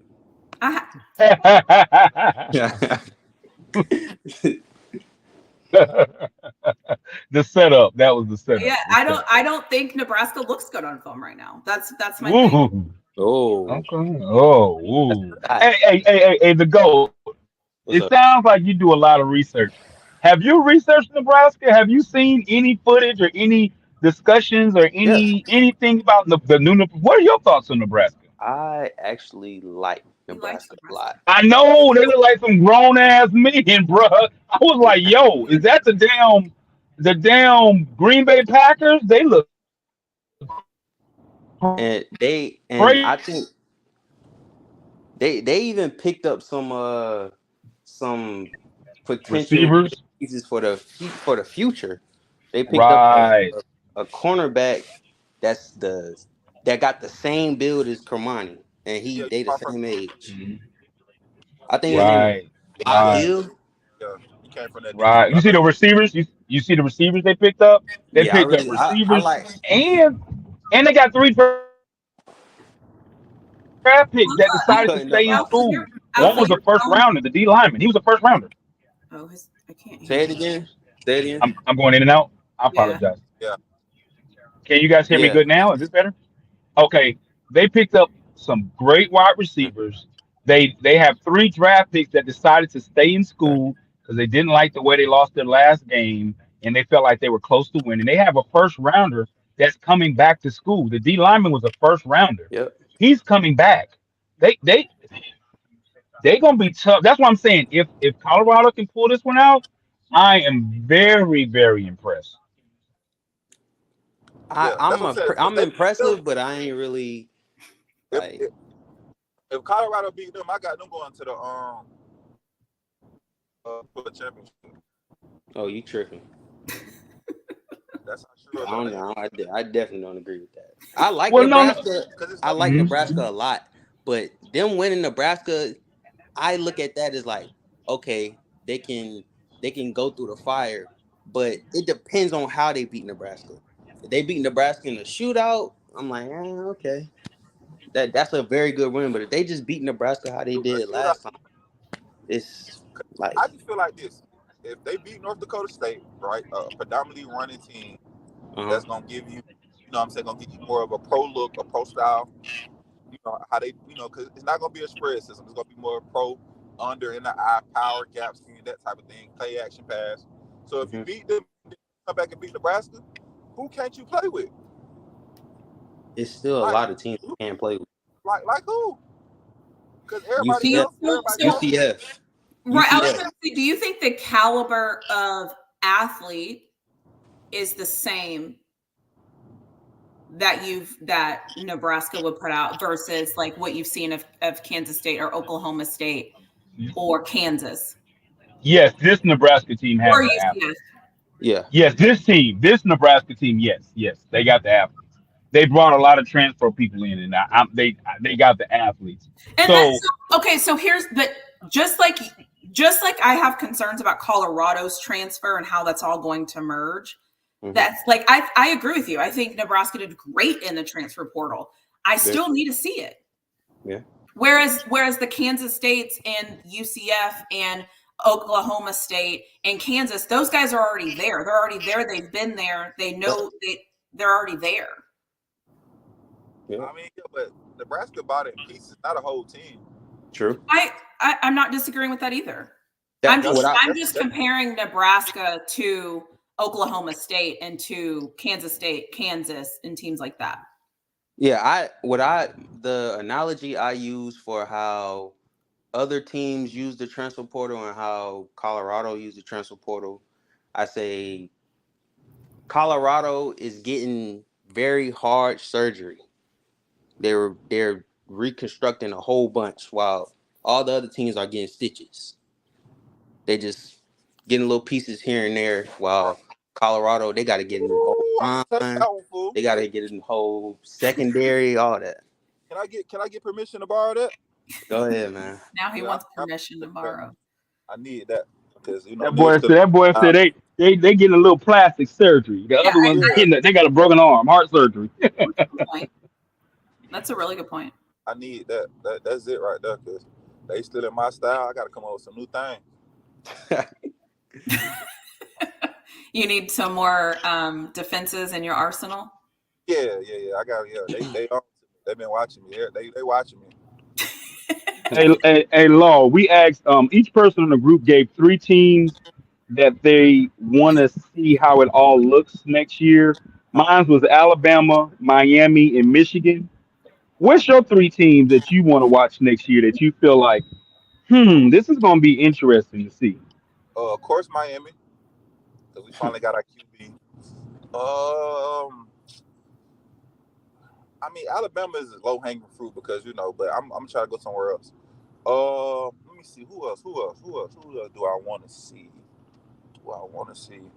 I guess you could say Nebraska because I'm kind of all in on it as much as I've been looking at it.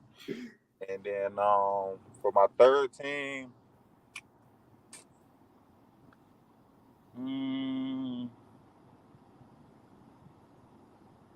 Oklahoma. Interesting.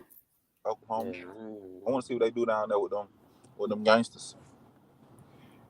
Cause shit getting gangster down there in the SEC now. And their schedule is I think it's one of the toughest in the SEC behind Florida. I would say Texas, but you got soft crab, soft shoulder, Quinn Ewers back there. So, how that go?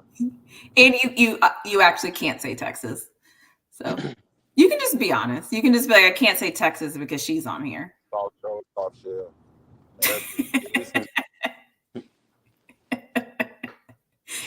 You don't have to be petty. I'm right here. I can hear you. No, I'm saying that ain't got nothing to do with you. I'm just saying like for wherever he was supposed to be, like I've been like I like him, but I'm just like he for real. Like get up, get your ass up, slang the rock. Bird got his ass up every time. Facts. So he how do y'all break your back, nigga? That's what I want to see. Break your spine. Hey, so guys, for most average teams, like how really said, she kind of has the average, kind of put them in the average category, average tier. The one thing I know about most of the average teams, or kind of in that tier, whether they make a quarterback change or quarterback injury, all of those teams tend to have at least a half or a game where they might have to use another quarterback. Oh, yeah. Do you think, regardless of the situation, do you think that Shadur would play, unless it's a blowout, but will play every snap from game 1 to game 12? Because most teams have to use another quarterback for some reason or the other. Going to get hurt? Yeah, obviously, well, I don't want to use the word hurt. I just want to say something else. Is there a scenario in which you feel for average teams, because you don't have the best O line in the country, and most of the time the quarterback's going to get kind of nicked up or hit, whether it's a concussion protocol, whatever it is, they got to sit you out for a game or sit you out for a half. Do you think those same things will occur for Colorado? Because it happened last year. It happened last year. Do you think that might be a scenario that might come back around again? I just was thinking about that a couple of days ago because a lot of people saying like, "Oh, he's not gonna get sacked as much as he did last year," which I think that's true. But there is a such thing as QB hits and pressures. So he might not get sacked as much, but if he keeps getting hit after the play a lot, and they don't call that all the time, I don't think he's gonna be able to survive that. He's gonna have to sit out a couple games. I unfortunately agree with that. Mm. Yeah, because the reason why I'm asking this question is because I heard a coach. I forgot what team I was listening to, and the guy was asking him, "Why do you put so much effort into your second string quarterback?" And he said, "I've been a coach for a long time, and my understanding is in every situation I've been, sometime in the year I have to play my other quarterback. I have to." He said it's very rare where your quarterback goes the whole season without something happening. It don't have to be anything major. It can be just a bad hit where the training staff says, I think he needs to sit out this half. Now you need to have your second quarterback ready to play. So I also, that's mhm. can I say I think statistically over the past like 5 to 7 years, something like that, I think every team in the Big 12 has had to play a second string quarterback at some point. There's some weird streak about that. Yep. In the Big 12, which is really weird and random. But I remember last year when Ewers went down, there was a huge thing. They were like, "Oh, we were hoping this was like the 1 year, like this wouldn't be the case." But it's like because Kansas quarterback never stays healthy, bless his heart. Right. Kansas State, same. And then they started rotating, and then Baylor just has never had a quarterback. Oklahoma State didn't know what they were doing for the longest time at quarterback. So I feel like that's one of those Big 12 things too. Wow. Yeah, and I'm glad that we had this conversation because I was thinking that, but I did not know that particular stat Yeah, it's a regarding the Big weird 12. look. I don't even know how unless I would search it. I'm not sure how to look it up, but it's a weird thing of how many times teams in the Big 12 have had to start a game or finish a game with a different quarterback other than their starter or something like that. I can't remember the actual, you know how it is. If you put in the right thing, you'll get the right information. It sounds like you almost study the game and know the game. You's a fool. It's You's a kind fool. of shocking. You know what's actually funny? I think even when I make my video prediction heading into the season, even if I think Nebraska can beat CU, I actually think I'm just going to pick CU just for you. And I'm going to give you all the reasons. Don't show up on no panels but your own then. Oh. I'm just kidding. No, I mean that's the thing. Like when it's time to come and it's time to line it up, if I think Nebraska can beat CU, I have no problem saying that. I think that. I just, as of right now, I'm just like, we'll see. We'll see what happens. So what's your thoughts on Arizona? See, that's a game that nobody talks about. That. I was going to Nobody talks about that game. And I think that kid is going to be outstanding. That's a 50-50 game. I can't call it. I feel the same way about the Nebraska game. I can't call it. Now to go, you can't call it? No, the reason I'm saying I can't call it is because only thing Paul thinks you should always be ready to make an opinion, even if you're not ready to make an opinion. I mean, because it varies. Because when I watch the full game and I'm looking at it, I'm like, nah, Nebraska, if they had just a little piece of a quarterback, they probably could have pulled that one out. And then really flawed back there and won. You said what? They could have put really flawed back there and won. Nah. Listen, I would have led us to victory. I wouldn't have fumbled the football. I can tell you that. Okay. My point exactly. If I was the quarterback, I would say Nebraska's going to win. So hold on. Let's start right there. So you mean to tell me if you was back there, you could have them boys. It was a joke. Oh my God. But really? this year, see it what was I'm a saying? joke. You see what I got to go through? Nah. It was a joke. You know what I'm saying, bro? That's crazy to me. Nah, that's hilarious.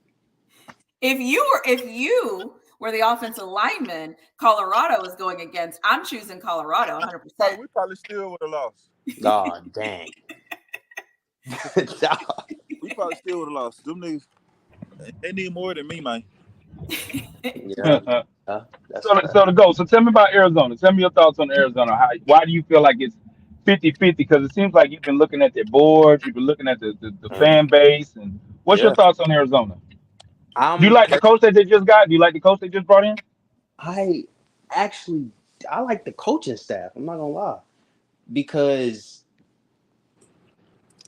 if you look at it, some of the people that he got on that coaching staff had already worked for Arizona. Oh yeah, inform me. Yeah, they got because okay, so I think he's the secondary coach or something like that. It's an old dude. He stayed. He didn't leave with Jed Fish, right? And that's part of the reason why Takario Davis, number 1, I think he's number 1 or number 23, something like that. The DB that they had with the real long arms, him. Yeah. That's part of the reason why he's still on the roster. He didn't leave with the other dude in the running back. Didn't leave except for the running back. Right. The running back and the other one, because they had another one that Travis was abusing in the secondary. Yeah. But they had another running back though, didn't they have 2? I know Coleman left, but that second one was the one that was killing us. He was killing us. They got two. They brought 2 more. They got Rashawn Luke. That's the real fast one that destroyed Washington State. I think that was their first or second loss. And then they got, his name is Jacoby Croswell or something like that from New Mexico State. And he was a 1,000-yard rusher last year. He's a bigger guy, right? Nah, he's kind of like, he's bigger than Rashawn Luke, but the bigger one came from San Jose State. And he got dang near the same stats as Noah. Oh, okay. I mean Jonah Coleman. So Jonah Coleman, they got them 3, and then they just picked up another 4-star running back from out of the West Coast. So that ain't my word. Oh, look at the long dog getting excited. He getting excited. They got Dino Babers from Syracuse, and he worked on the same staff as the head coach. Yeah, that's who gave Sean Lewis. Yeah. Right. Yeah. So they got them there, and then he brought some of his guys with him. And the running back coach, he's well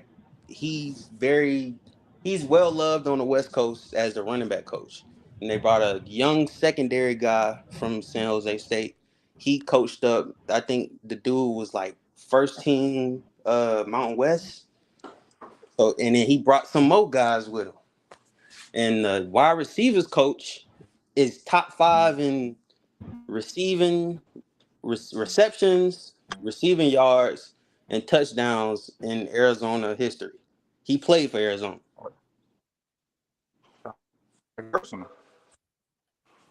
So that's when I'm like, man. And they still got all their players. I can be a little biased because one of my friends I went to school with, his little brother played for Arizona. So yeah. Yeah, so you said that's going to be a tough one, Goat, or are you saying you're not sure? You're just giving information based off what you know?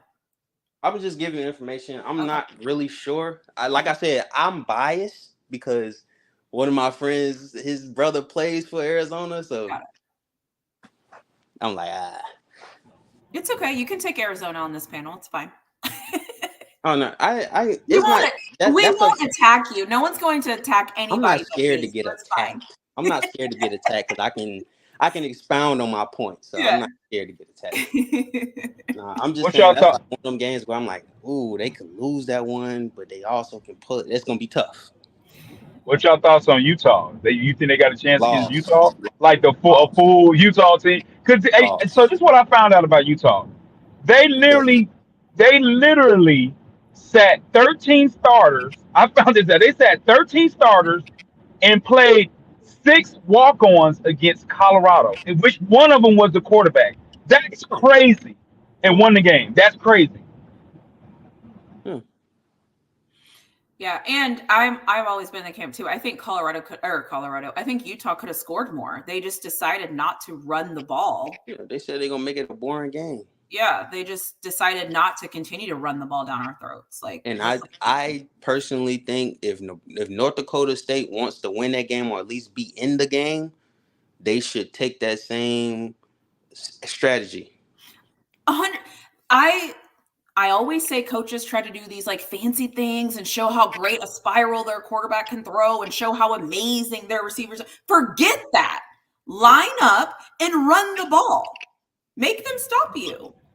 Oh, you don't have to worry about that. North Dakota State coaching staff, like in that division, a passing team that's like lights up the scoreboard is like Montana. That's traditionally the team in that level that lights up the scoreboard by throwing it everywhere. North Dakota State plays them every year in the playoffs. What they do, they make sure they run the timeout, pound them to death, and those coaches don't give a dang about how pretty it looks. They just pound the ball. They shouldn't care. I don't think anybody that Montana game last year was insane. I think it went to double overtime or something like that. Montana, that was crazy. That was crazy. But, crazy. Yeah, that game was insane. But also, like, if Colorado can't stop the run anyway, then none of this really matters. They smoke. They cook. Yeah, I mean, so if they let North Dakota State get 250 yards and they lose, then that's it. Like, I'm snatching everybody chain. Right. I mean, dare I say 2 and 10 or whatever? Like, if that's game over, like. So last year Nebraska ran for 250. Are you over or under 250 for this game? What's your thought? Do you think Nebraska can run for more? Oh, are we talking about Nebraska or just in general? Because the same thing remains true for me in general. If the University of Colorado football team cannot stop the run, they better hope they can win 4 games. Facts. Damn, that's gonna be crazy. That's it. Damn. I mean, that's it. What happens? We saw that already. What happens if they? Oh my God, I don't want to think about it, but what happens if they go 4-8? I don't know what. I can't even imagine that. I can't imagine that, guys. I can't. I can't see them going 4-8, but if they can't stop certain stuff, they could. Right? Like, what do you do? I mean, if you can't stop the run, I think the Big 12 had like 4 or 5 of the top running backs, or the top 10 or something wild like that. If you cannot stop the run, none of this matters. I think they had 7,000 yard rushers in the conference. Right. So it's like, right? Like, and to be fair, like that's what this is. Like, that's football. That's it. Like, if you can't stop the run, if you can't run and you can't stop the run, everything else is almost irrelevant.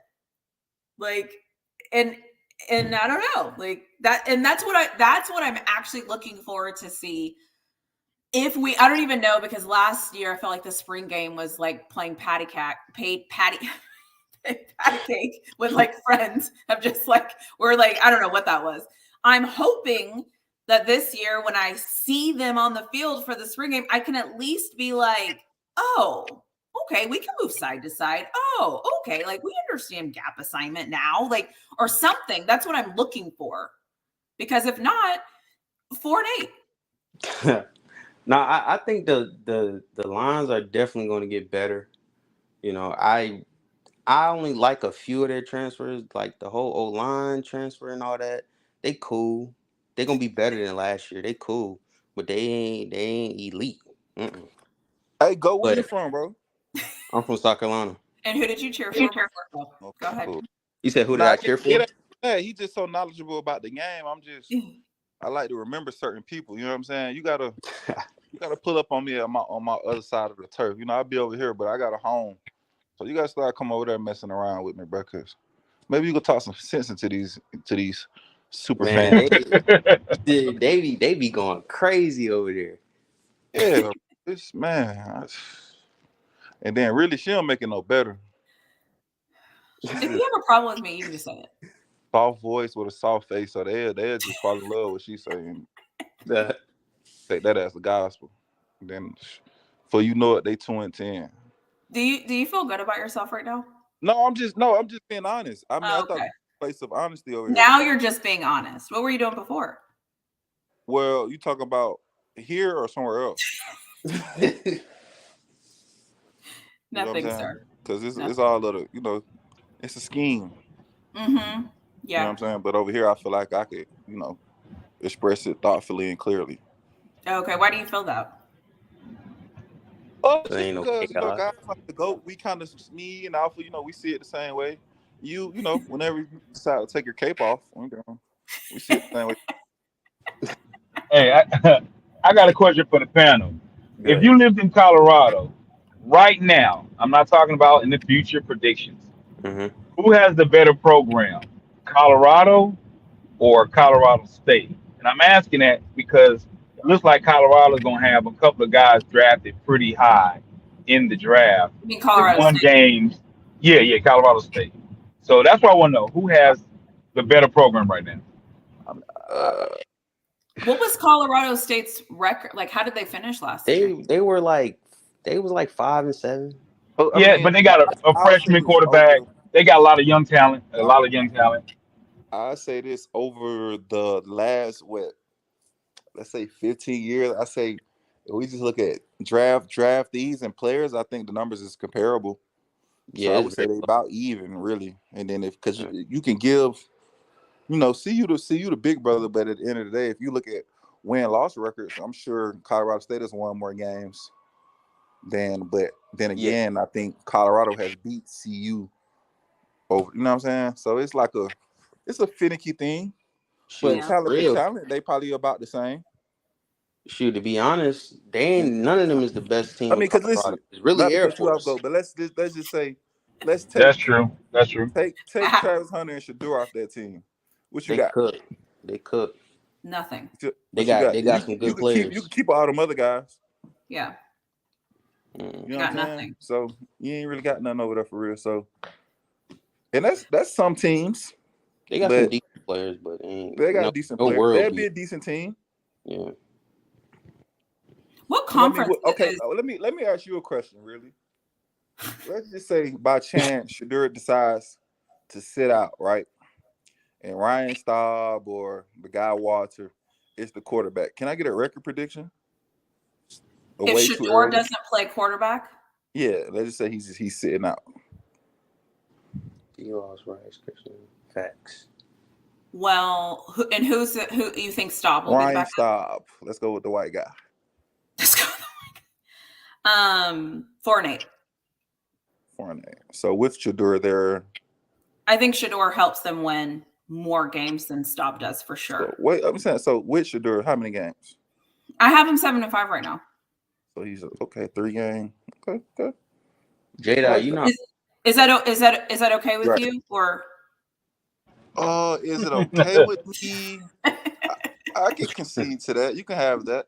Okay, thank you so much. Yeah, that means I'm up. Yeah, you welcome. 3-2. Yeah, no problem. I got another question for you guys. CU lost Rice and Christian Gonzalez. Yeah, Brendan Rice. Colorado. Got it. Right. So I got another question for the panel. So with Travis Hunter and Shador and Shiloh preparing for the draft, at what point in the season, let's say it doesn't have to be a losing season, but let's say it's a blah, like a 5-5. When do they sit down? 6. When do they say, let's get prepared for the NFL draft? At what point?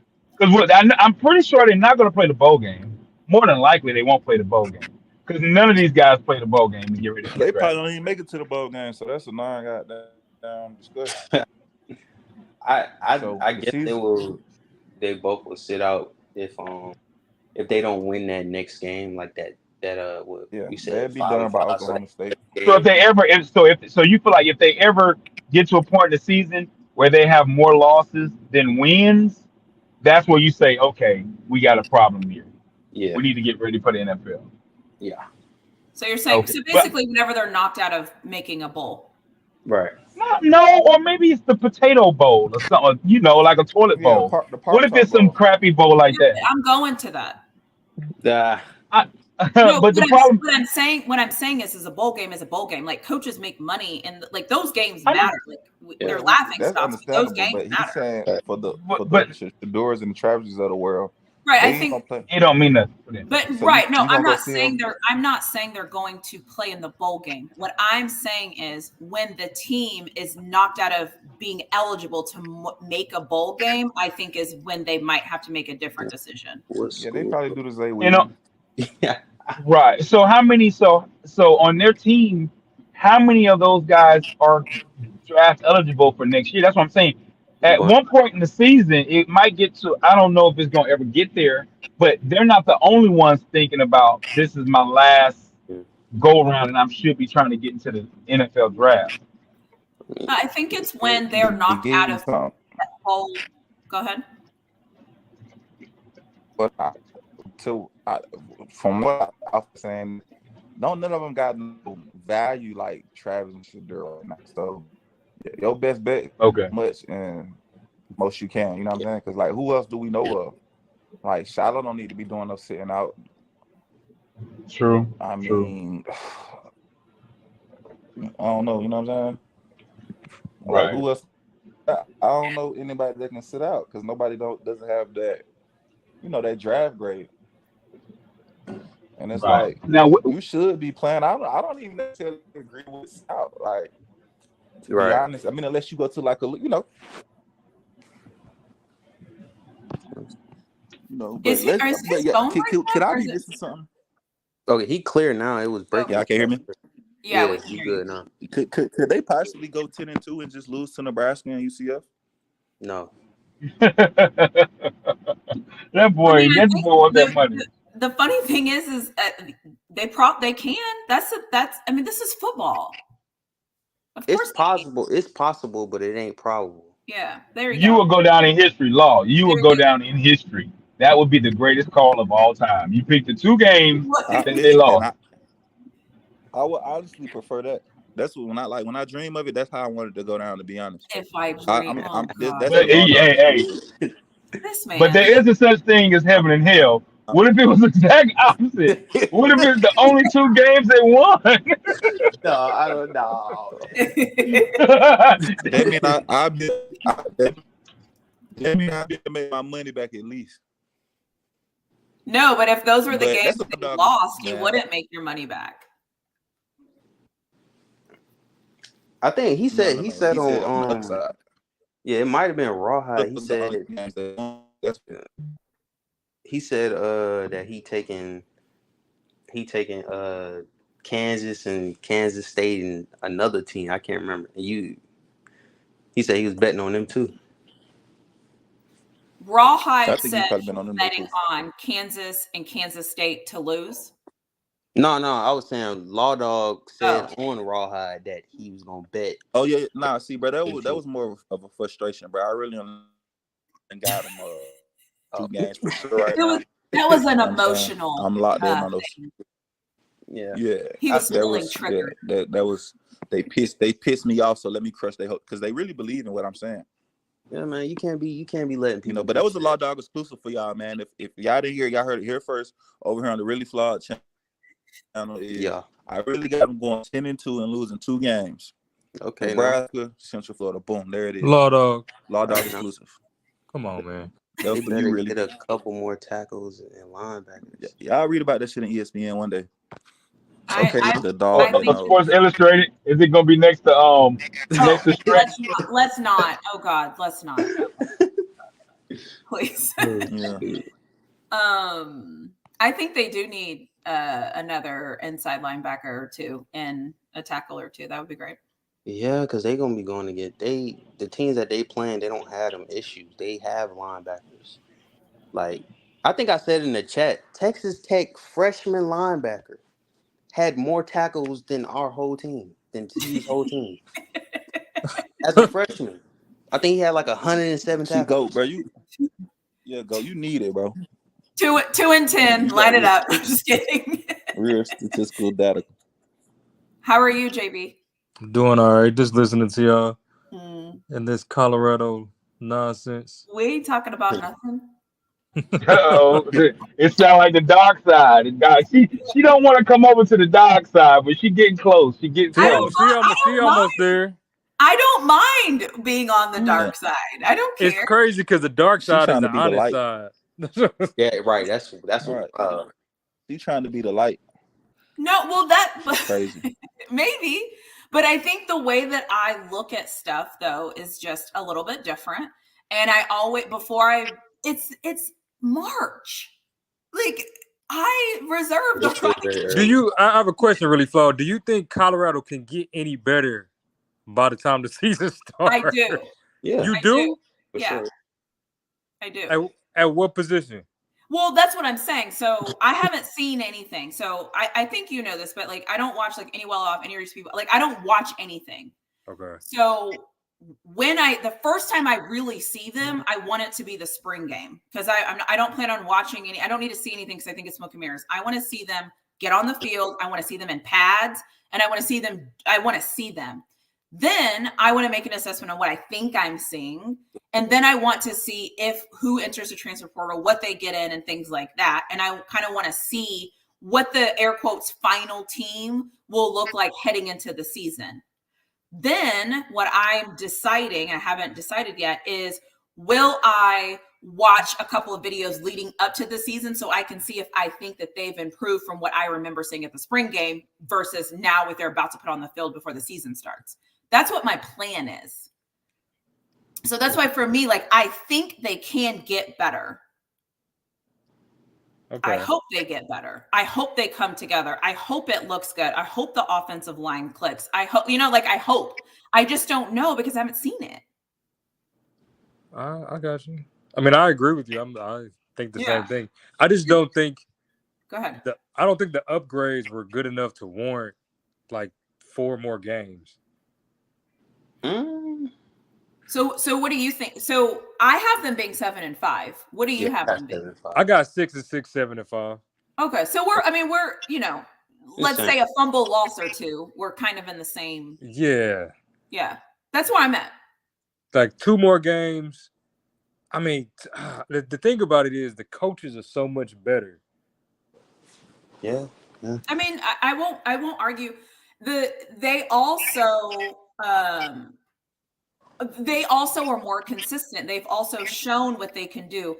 And like I understand that. That's why I'm like, if you were to say like let's bet money, I wouldn't bet money because I'm not that sure. You know what I'm saying? Right, but I'm sure enough to have an opinion. But if you say to me like, okay, spend your $500 and do something, I wouldn't do it because I'm just not that sure yet. So that's kind of where I'm at is like, I get what y'all are saying. And I actually agree. I'm just not there yet where I'm willing to say yes. And based off what I saw, blah, blah, blah, blah. You know what I'm saying? Based off what I've seen, okay, 5 and 7 for sure. You know what I'm saying? Like, I'm just not there yet. Yeah. It's almost like I'm looking for something to validate my 7 and 5. I'm not looking for something to make me 8 and 4 or 9 and 3. Does that make sense? Yeah. I don't know. It's hard for me to see 8 wins. This is so Does anybody on the panel see 8 wins? Goat or Alpha, do y'all see 8 wins? I got them going 7 and 5, but I mean the game they have a lot of they got 3 they got guaranteed wins, guaranteed losses, and 50-50 games for me. You got guaranteed win. What's your guaranteed wins? Let me. Yeah, I want to hear. What's your guarantee? Guaranteed. Let me hear this. I got NDSU. Okay. CSU. Okay. Baylor and Cincinnati. So 4. They got 4 guaranteed wins for sure. So are they, okay. Let me make sure I got this right. Are they considered guaranteed wins, or are they considered should be wins? Should wins. Okay. Damn. Do you have any guarantee? I only got one guaranteed win. They're Cincinnati. They're guaranteed. They got 2 of them for me. They got Colorado State and Cincinnati. Those are guaranteed wins. Then you got 2 guaranteed wins. Yeah, but they got 2 more should wins though. They should beat. And that's North Dakota State.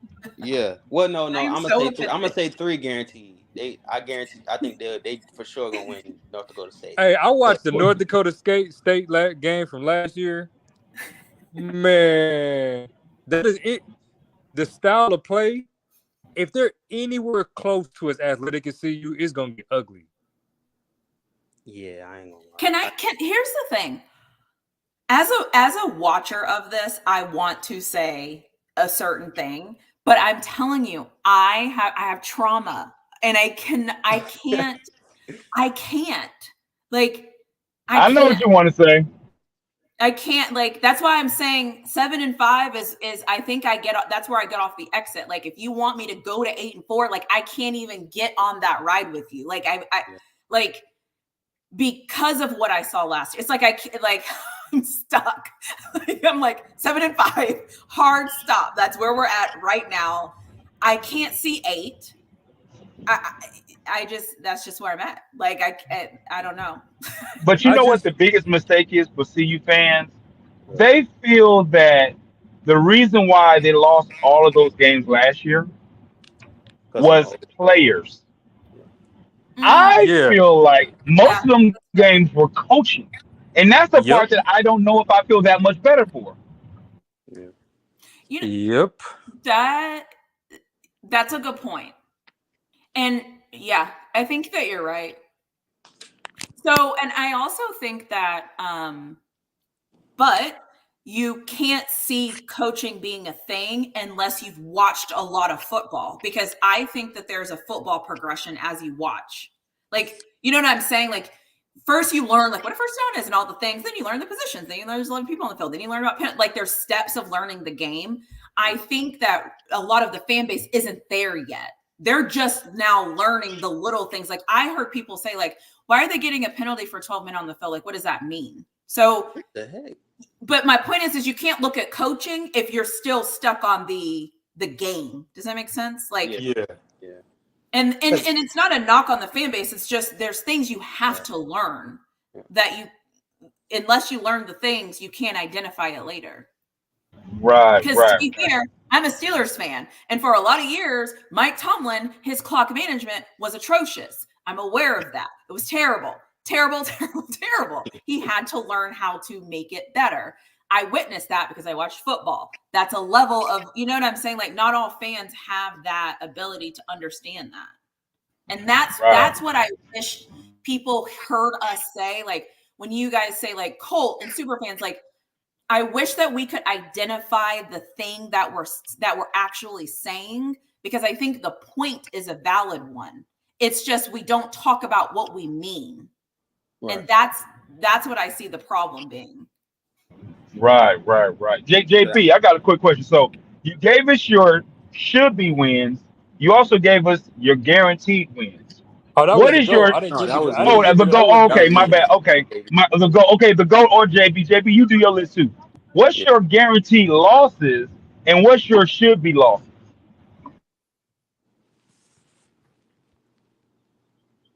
Are you talking to me or to go? Yeah, you. It doesn't matter. Whoever wants to go. The guarantee, man.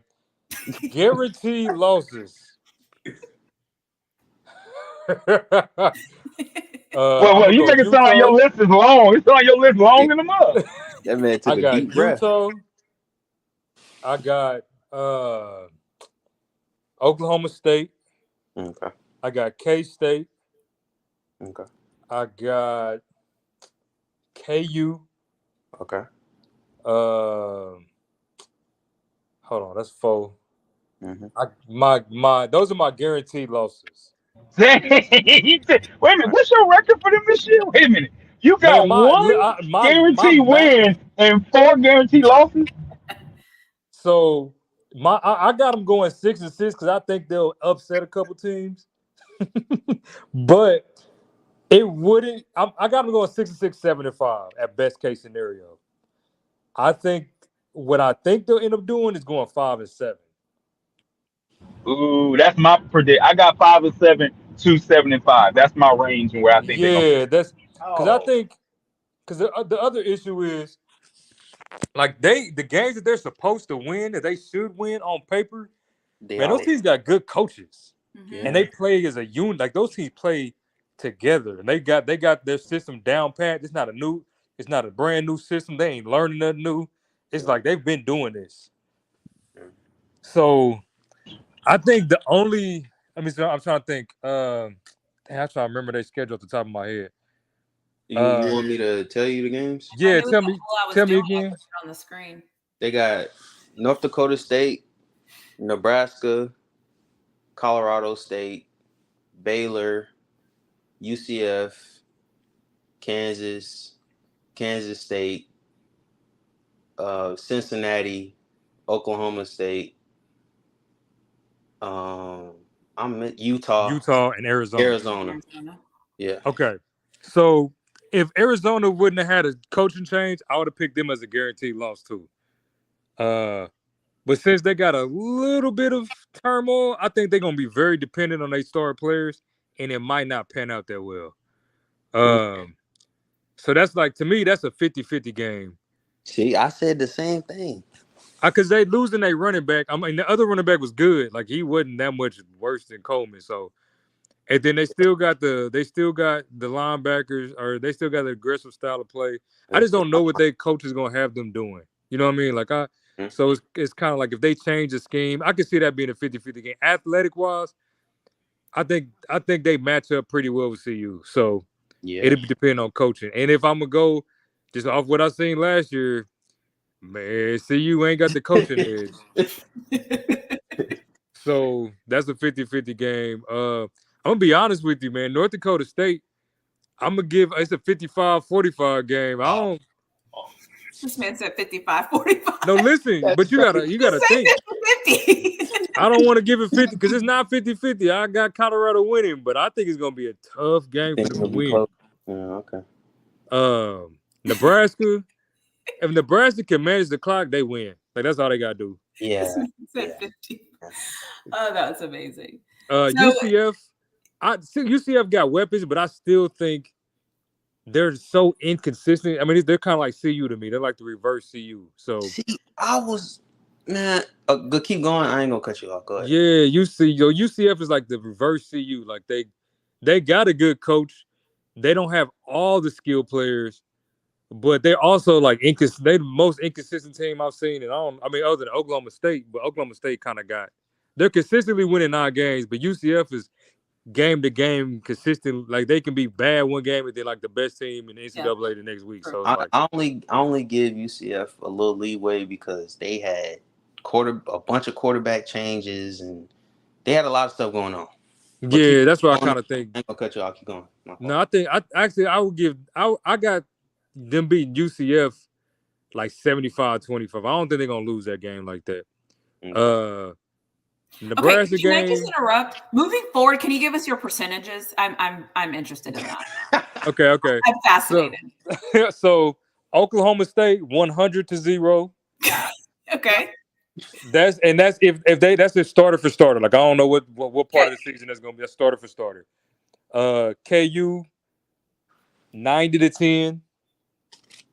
I just think they've been in that program long enough. The players that's good on their team, they kind of got a better feel for what they're doing. They like the coach. They're on the uptrend, or they're trending up.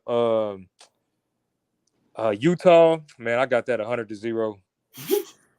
Okay. I always wonder why everybody thinks that game's gonna be close. Do they not know who Utah brings in every year for the last 20 years? I don't get it. It's because of them controversial calls when they call back Travis. They think they would have won that game. And I think they get like last game biases, right? Yeah, Yeah. It's just like Utah, I told, you wasn't on here. I told them, I found out that it was a report that they sat 13 starters out and they started 6 walk-ons, and one of them was a quarterback, and they still beat Colorado. Alpha, they know that. They just not going to say that. Yeah. Man, I mean, come on, man. This is crazy. What about, did you do Kansas State, JV? Oh, K-State, that's 100-0. That's my guarantee. That's my potential Oregon game. That's my potential Yeah, Oregon. so the thing about like the teams that I got them losing to, like with the highest percentages, run down your throat, can pound the ball. Then they got athletes on the outside. They just don't need to use them. And then they've been playing that system for so long. It's like they perfected what they do. That's my problem. Yeah, that's And they my. What's your thoughts on Texas Tech in Lubbock? I What's forgot your about thoughts on Texas Tech? Dang, I forgot about So Texas. Texas Tech is hard. Texas Tech is hard because they're inconsistent. But I think athlete for athlete, I think they match up well. Very Like well. I would give it a 50-50. But man, Texas, I don't know. I'm gonna give you a caveat. We're 8-1 going into that game. If you look at their schedule, so they're going to be rolling. They're going to be 8-1 or 9-0 going into that game. If they're on a streak, they win. Baylor, and people sleep on Baylor. Not this channel. Not this channel. Not this channel. Yeah. Listen, we are woke over here. Okay. Like I'm gonna pick Baylor as a 50-50 because Baylor always gets athletes. It's just whether they put them in the right position to win. Did I say those exact words? You said that, and I said it in a different way. They are. It's just they put they got the players. It's just that you don't know what they're gonna do with them. Coaching and that O-line. Yeah, I mean, if I'm gonna be honest, CU out of all the teams that they play, they got the weakest trenches. Baylor. No, CU has the weakest trenches out of all the teams that they play. You think they're worse than Cincinnati? No, Cincinnati's D-line and O-line is pretty good. If you go about who they traditionally recruit and get to go to the university, that's valid. Then yes, then they're not great, but they're probably still a tad bit better. Got it. I understand. You think Colorado State got a better O-line and D-line? I mean, if I'm gonna look at last year, yeah. What about North Dakota State? North Dakota State, yes. Yeah, they some hogs. They some hogs. That game is gonna be so fun to watch. Even if Colorado wins or loses, it's gonna be one of those.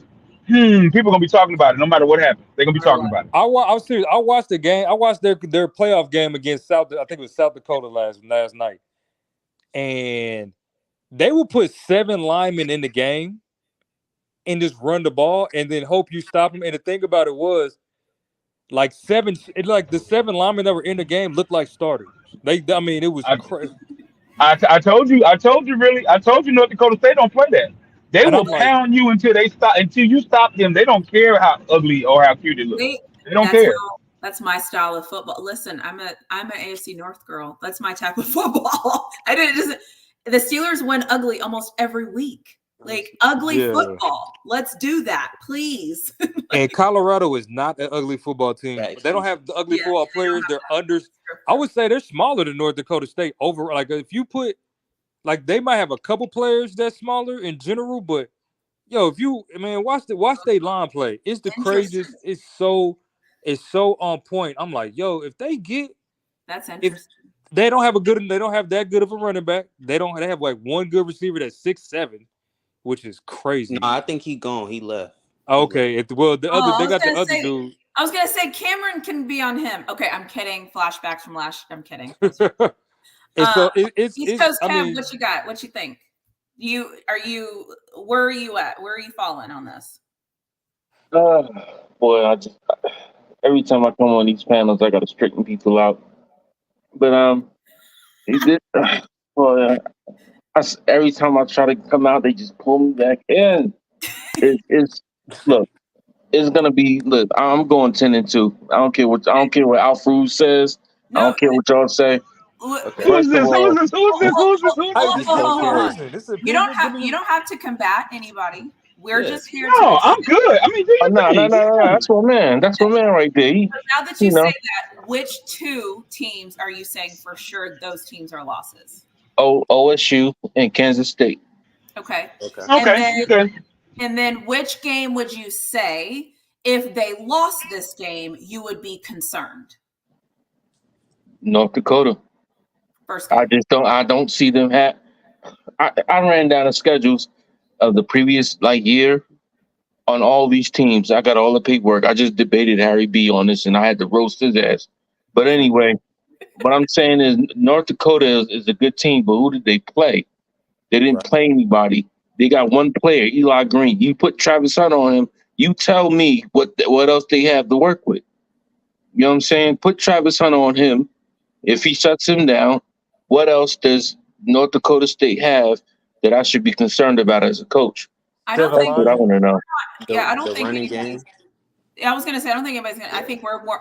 Our biggest thing is if Colorado has to stop the run. Right. I think before we can have any conversation about wins and losses, I think we're all saying that we agree to start. Colorado has to be able to stop the run. Yes. And I agree with that. But the thing is, the upgrades that they made this year, I'm confident they'll be able to stop the run. In my opinion, I've seen some tape. I've seen some tape on these players. I don't go by just the stats. I want to see film on them. Right. These two tackles that we got now, Torian Carter, Chidozie, and a couple others, they are relentless around the ball. They don't just, they're relentless. The one concern I have is BJ Green, but as long as we got Samuel Okunlola and a couple others, I think we'll be fine in the trenches. I think last year the problem we had, not just the coaching, it was the trenches. We were getting blown off the ball on both sides. Right. I have a On question both for you. sides. And so what you're saying is your key to us improving and being better is that you feel like we've upgraded talent. And because we've upgraded talent, we will be able to stop the run, we'll be able to get off blocks, we'll be able to get pressure on the quarterback, things like that. So you believe in the players that we've got in that they're going to make a better impact than the players we had last year. Not just in talent, we also upgraded the coaches. Pat Shermer was a winning coach. I was going to ask about that. He was a winning coach. Look his track record up. He was a winning coach. This dude Robert Livingston, he was around winning coaches. He was mentored by Mike Zimmer. So yeah, he wasn't a defensive coordinator yet, but he's been mentored by people that have put him in a position to be the good defensive coordinator. And he's young too. But the real question we should ask ourselves, and I'm probably gonna get some flack for this, I'm probably because they're gonna think I'm a traitor. I like triggering people. Let's hear it. Let's go. The question is, oh my God, I'm about to say this. All right, I'm just gonna come with it. What school will Prom be at in 2 years? Welcome to the dark side. Welcome to the dark side.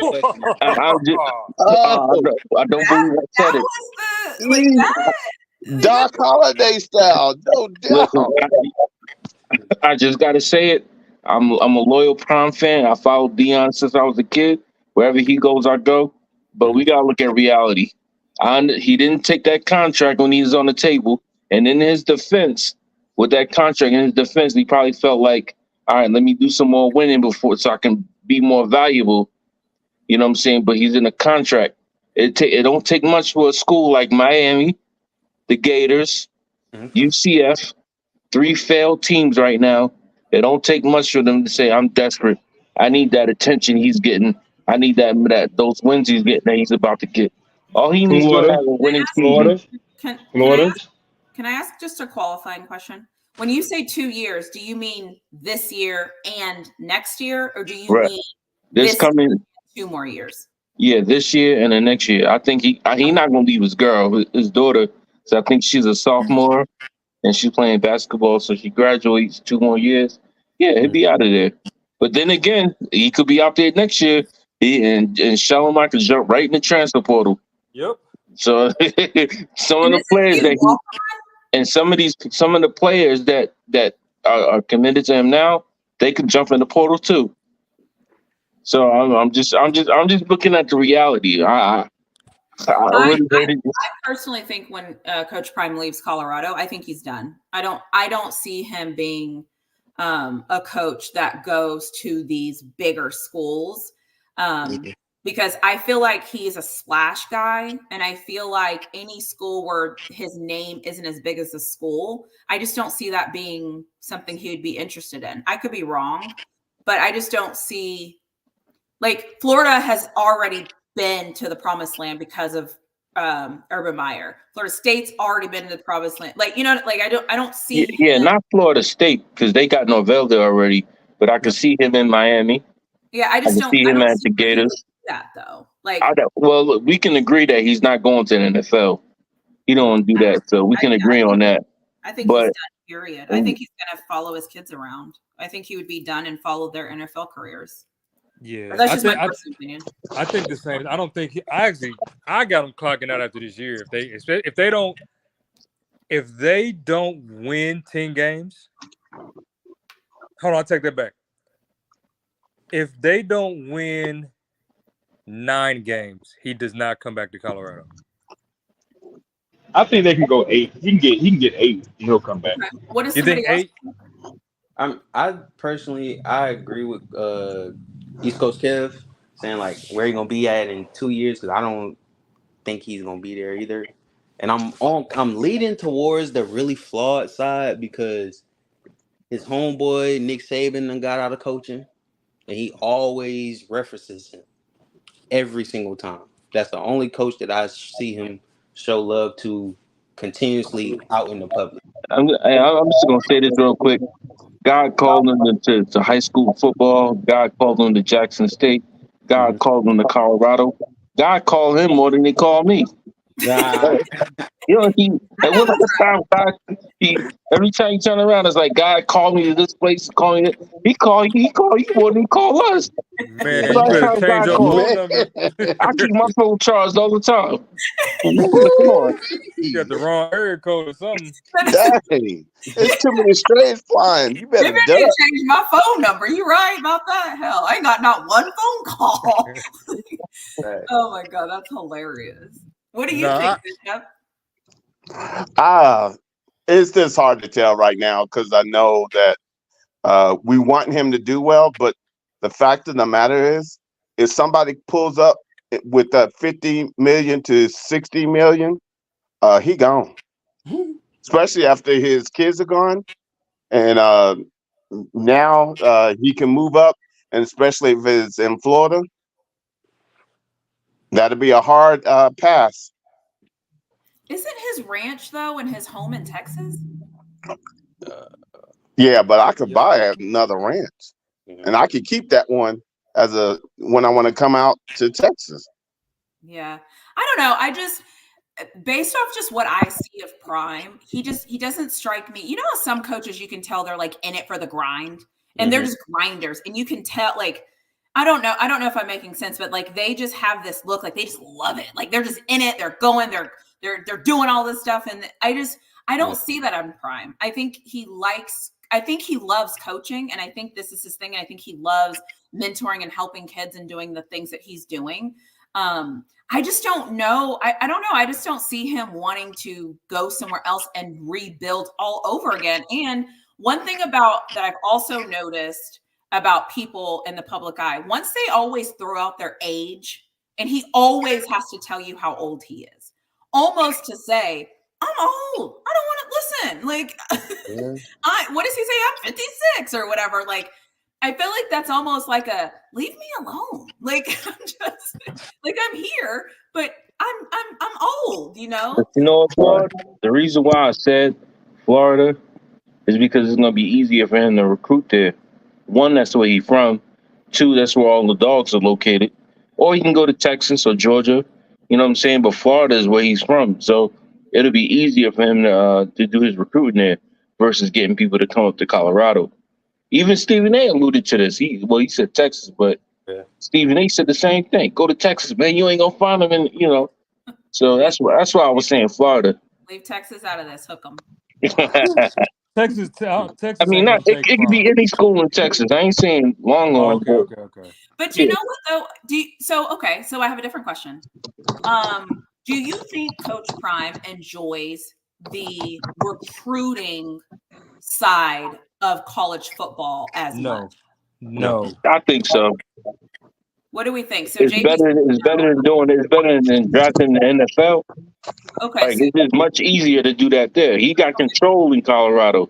So East Coast Kev, yes. What do you think, Bishop? Alpha Goat? Do you think he enjoys the truth of the matter is, I think he thoroughly enjoys mentoring. and that's where he sees recruiting as. But the NIL is flipping it on its head, so it's challenging them. But understand he has people around him that has clued him in. So only time will tell. So I'll be honest, only time will tell. What do you think, Goat Alpha? When you say recruiting, do you mean just the recruiting All of process? it, like talking to kids? the recruits, trying to win kids over, NIL, collect, like everything that goes into recruiting. I actually think he probably likes. I think his fun time. The funnest times he had was probably Jackson State because he knew he was the big dog in the pond, See, that's what I and think too. I Yep. just think it was easier for him. If you got a kid, cool. If you don't, cool. I still got enough kids to win. But Right. here, you cannot miss on the kid. You can't miss on the kid here. Right. Do you think he could fall back to a recruiting job if he goes somewhere else? I don't think. I mean, I don't know. I don't know him. I just feel like people like Coach Prime like to be the man. Like that's the whole gig, right? He's always been the man. Like that's what he knows, quite frankly. And it's not a bad, like that's just who he is. He's always been the guy. He is him. His freaking name is Prime Time. Like he's used to that. I don't know if he likes. I can't sit here and say that I think that he likes recruiting when he knows recruits cannot choose him. I don't think he's used to that. I don't see why that would be fun for him. I don't think I'm gonna agree with you. I kind of feel the same way. I don't think he does not like not. I think he in this arena, he can't be the man. Right. Right. And I actually think that gets to him. So like when he loses recruits, I think watching. I've been to Prom Friends. I've been a kid, and then this is the first time I've seen him like look this dejected.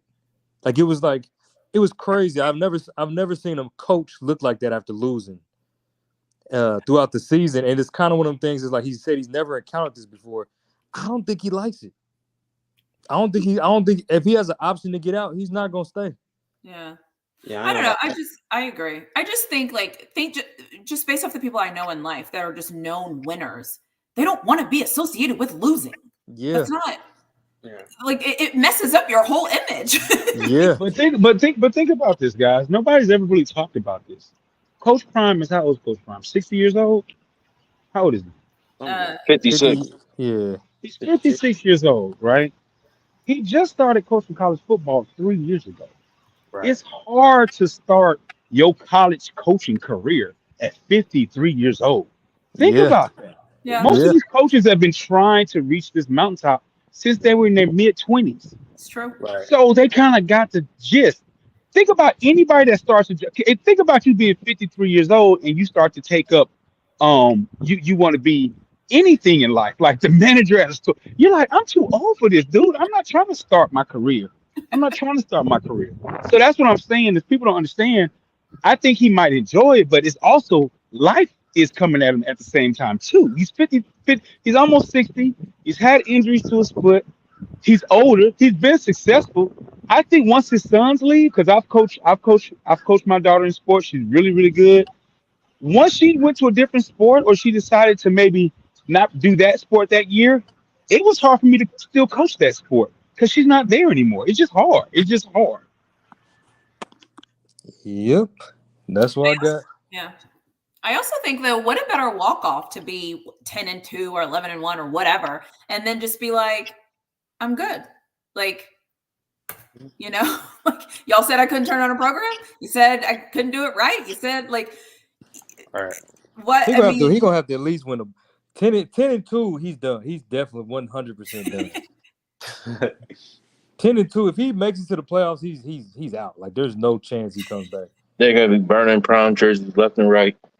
Man, oh yeah. He literally. I mean, the thing about it is, if he promotes a coach that people see viable, that team will stay together. Yeah, that's true.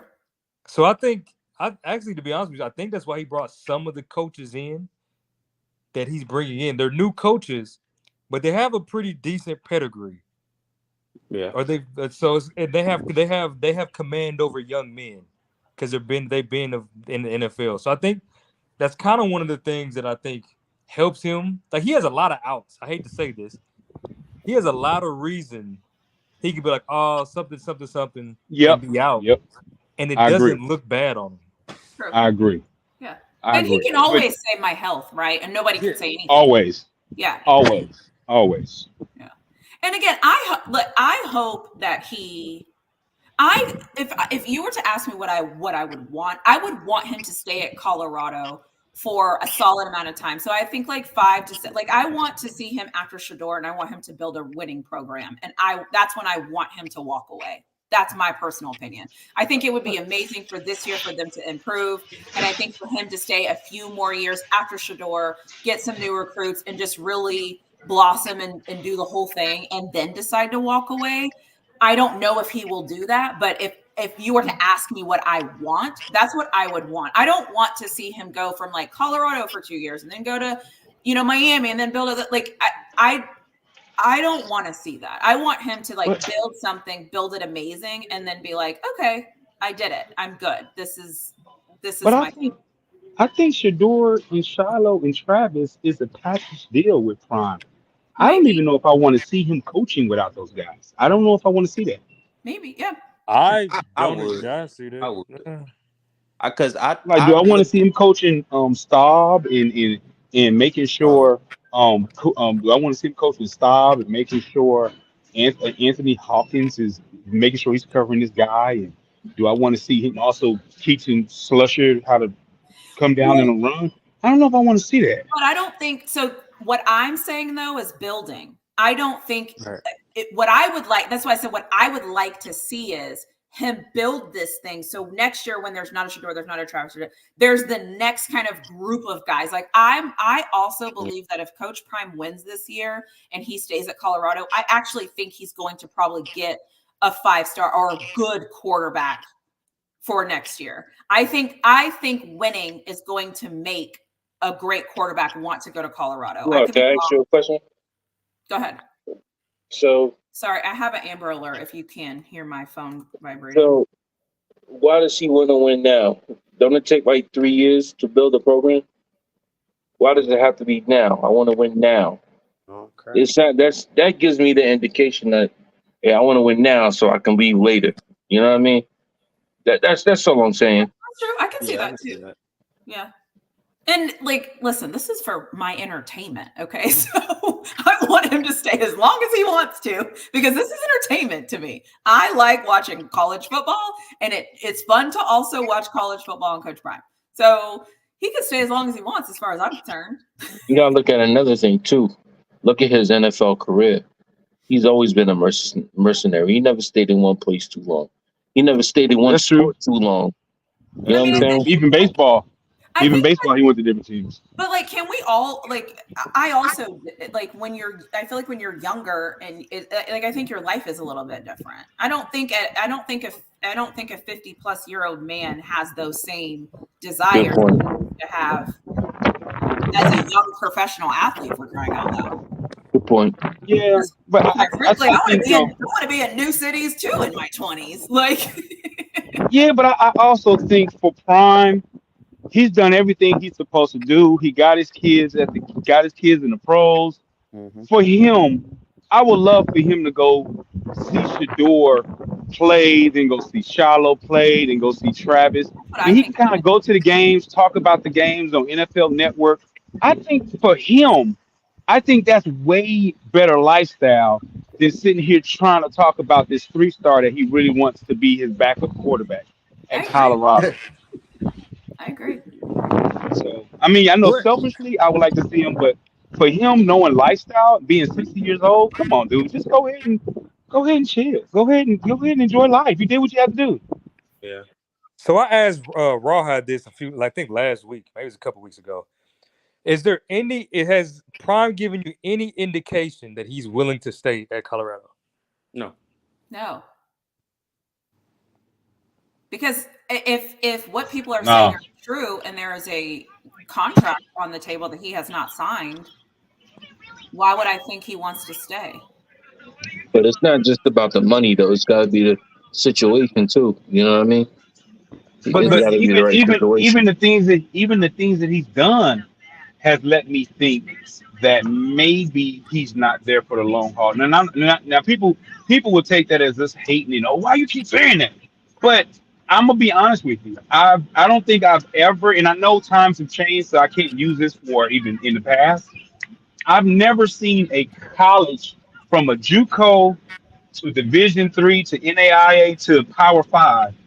I've never seen a college, whatever the reason was recruiting that low number of new high school kids. Exactly. That 5. right there was alarm. I don't know how you can justify, and I understand it's not like in the transfer portal, he got a bunch of Caleb Downs and he got a bunch of big time recruits. Some of those guys aren't going to see the field anyway. Some of them aren't. So why did you get a high school kid that you can groom? Can I be honest? This is one of those things, usually I have a point and I have a reason for my point. This is one of those things I can't put my finger on, because part of me is like, he's not going to probably ever get a lot of freshmen. I think maybe his max will probably be 10 because of how I think he's going to always build. And then I think a little bit of him is always going to do this weird transfer portal, whatever you want to call it thing. But in 5 years, are we going to be having this conversation and be like, oh my God, good thing he went to go and do the transfer portal, because the transfer portal is the way of the future. Like, I guess what I'm saying is, anytime change happens in life and things evolve, somebody stepped up and said, we're going to do it this way, and we're going to make a change, and it's going to be better. Mm-hmm. Is he doing that, or is this not? So I would like to see, like, I haven't looked this up, but I would like to see who has the lowest amount of signees in college football this year. Every single college football team. For high school. For high school, yes.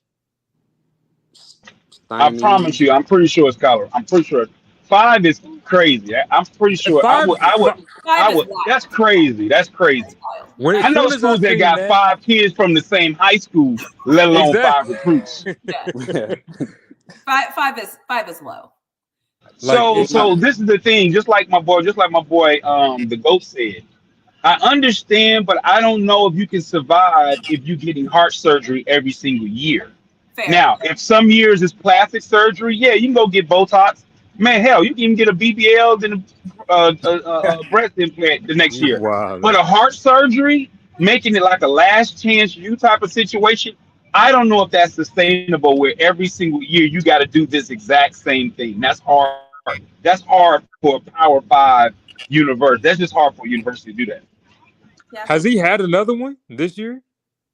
Another what? What do you mean? Another surgery? No, he give the analogy. Okay. Oh, you talking about the teams? You talking about the team? Okay. Yeah, I don't think that's not sustainable. That, first off, it's not sustainable. There's no continuity. There's no team. There's no actual team there.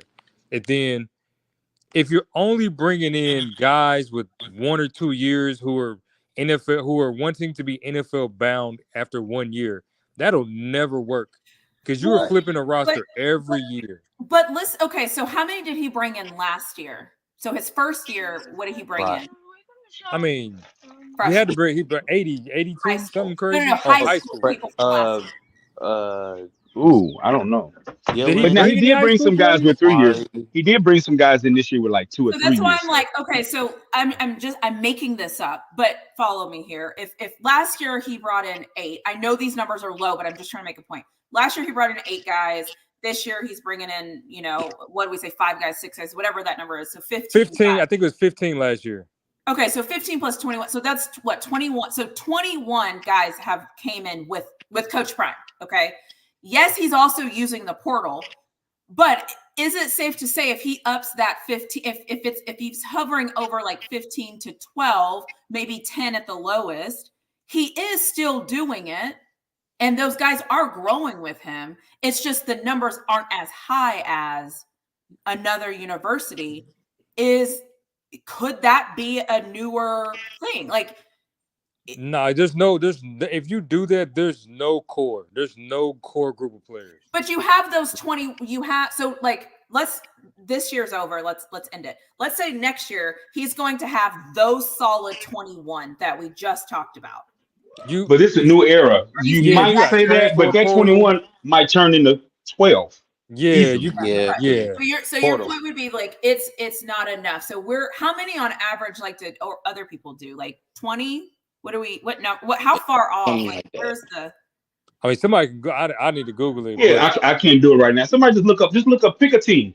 Don't pick up Texas because they got nothing. They don't need transfer. You know what? Pick Nebraska. Nebraska. How many? Yeah, pick a Nebraska. I think Nebraska had like 13, 14, something like that. Yeah, see how many recruits they had. Because all we care about is freshmen. The crazy thing about it that what Alpha said about I understand you getting 5 from one school. Nebraska got like 4 from one school. If your O-line and D-line players stay every year, it's possible to flip everyone else. Like I said, that's why I started. This is the one thing where I feel like I can go back and forth. I feel like there's a sweet spot and there's a number. I don't know what that number is. And maybe position does matter. Maybe, I don't know. But I'm just kind of wondering, I don't know. That's the thing. Like, I don't know. Like, that's my whole problem is like, I hear what you guys are saying and I agree. I also feel like, but what if? So it's like, I'm not 100% sure because then let's keep it real. A lot of these kids aren't loyal anyway. So how many people are leaving from other people's programs that are those freshmen that they've had at their program for 2 years? But think about it, if you bring in 5 recruits, okay, and all 5 of them don't get playing time and they leave. Let's not use 5. That's too low. That's what he did. I know. What I'm saying is, next year, if we start like with 10 or 15, like what is the number? That's my question. That's what we don't know. Is like, what's the standard? Hold on, I'm looking up. I'm gonna look up Nebraska University high school class because I would think it's close to 20. Okay. Yeah, I think I saw that it was like 14 or 15 or something. Like and that's the thing is like I'm before I make a decision, I always just want to turn over every leaf and say like I know that 5 isn't it. Like I'm not arguing that. I know that 10 also probably is pretty low. But like, what is that number? How far off are we? And you guys said he did 15 in last year. This year he did 5. So what happens if like this year, like, Travis and Jordan, everybody leaves. And then this year he brings in like 17. Obviously there's 0 signed right now. I'm just making this up. Mm-hmm. Are we thinking he's building for the future? Nebraska has 37. Oh my God. That's a ton. Can we just do one other school? High schoolers? Can we do one other school just like a Michigan or I don't care. Okay, let's do JV, hold on. You sure that's high schoolers or is that transfer and high school combined? Hold on, I'm double checking because I'm looking on ESPN. So you know how ESPN. The chat keeps saying 15 to 20. Somebody says 15-25. Somebody says 15. I'm gonna turn my camera on and show y'all this. This is what I'm looking at. So y'all don't think I'm just making shit up. Well, I would like to think that you're not just me. Can you see this? Yeah. Oh, you on the ESPN thing? Okay, go ahead. You see that? 37, 4 top 300. But does it say, are those high schoolers? Yeah, I Googled high school commit, okay. 2024 Nebraska football commitment list. 30? So see, I don't know if that's right, but that's what I Googled high school. Can you look up somebody else using that same thing just to see what it says? Yeah, hold on. Like somebody good, like try, like do a Georgia or, like one of these top schools and see. All right, let me because try. If that's the case, that's the case, we found the problem. Georgia University, our freshman class. 2020 overall. Hold on. See, this is let me try to find. I'm about to go. It says 22 for Georgia. So, okay. And then the chat says Nebraska has 31, Georgia has 22. Yeah. So it seems like, so if that number is true, let's just say the average, let's just say normal people are getting between 20 and 30, let's just say. Can you be sustainable and good if you do 15 to 17 and then build a roster a different way? Like, is that the way because it's always been the way, or is there a better way? Is my question. I don't know the answer because I'm thinking as I'm making this up as I go along. The only way it could work is you got to have a system that can evaluate talent that will always hit. And you're dealing with a human being, so there's a characteristic in the formulas. It's hard to predict, but if you can, 17 and 18. I'm looking at 24/7's high school recruitment football, and everybody I see except for Florida right now and Arkansas are in the 20s, and I guess there's Virginia Tech, Illinois. So I mean, everybody they're right about 20. Got it. So it seems like 20 might be the sweet spot. Like 20 is kind of the lowest. Okay. Oh, UCLA only has 10. But they're in the bigger. But they coach didn't even want to do it. He didn't even want to do it. Yeah, that's true. So let's say minimum of 17. Minimum of 17. But that's like low. I mean, are we trying to talk the medium, or are we talking about the lowest possible? We're just trying to figure out where teams are. Like, we're just trying to associate numbers with teams, just so we can kind of see what we're dealing with. Central Arkansas has 8. Yeah, so it sounds like Arkansas? We all agree 5 is terrible, but it seems like 17 to 21 is probably where like the better programs are. That's fair. Or at least comparable. Yeah, it don't have to be Alabama, but at least. But this is the thing. This is the part that people got to understand. The reason why you want to be, I think there's a better pool if you're planning to be there for a while. I think the talent pool, there's more talent in high school, personally, that you can acquire. Like Jordan Seaton is better than any transfer they can ever get because they got him before anybody. Once Jordan Seaton gets to your school, and if he's good, more than likely he's staying. That's just the facts. It's hard to get somebody that's good like that from another school. If you're in the portal, most of the time you're in there because you're not getting playing time or you're trying to move up. I mean, it goes back to the point that we kind of made at the beginning is like when you're in the transfer portal, like, you might be like number 5 or 7 in the transfer portal, but there's also 100 and other teams that you would be behind because those guys are actually the really good guys. You're good in the portal, but when we compare you to the guys that are playing, that's not comparable. So then maybe the question is, are all positions that way? Would you say all positions are better if you can develop them on your own? Period? Like, do you think that's standard college football? Or do you think you could do really well by having a solid, maybe like D-line, O-line that you homegrown, those are your guys or whatever? Obviously, people will leave, but then you can always bring in great linebackers, great corners, great safeties, great receivers.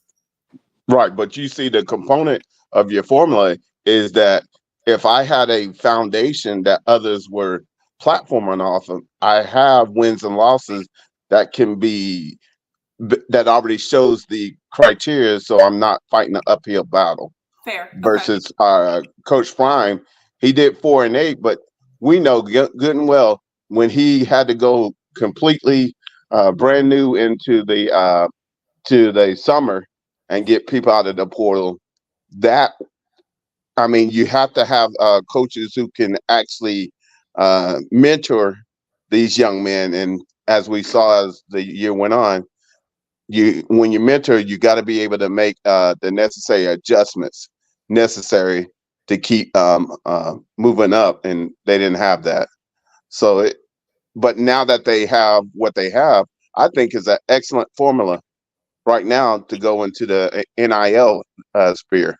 Because if he proves, let's just say I see 9-3 for CU, and they make the playoffs. Now it changes the whole game because now he knows, and the kids out there know. Yep. Oh, okay, we see you. You're able to withstand a season. You're in the Big 12, and not only that, I'm gonna get prime time coverage. Yeah.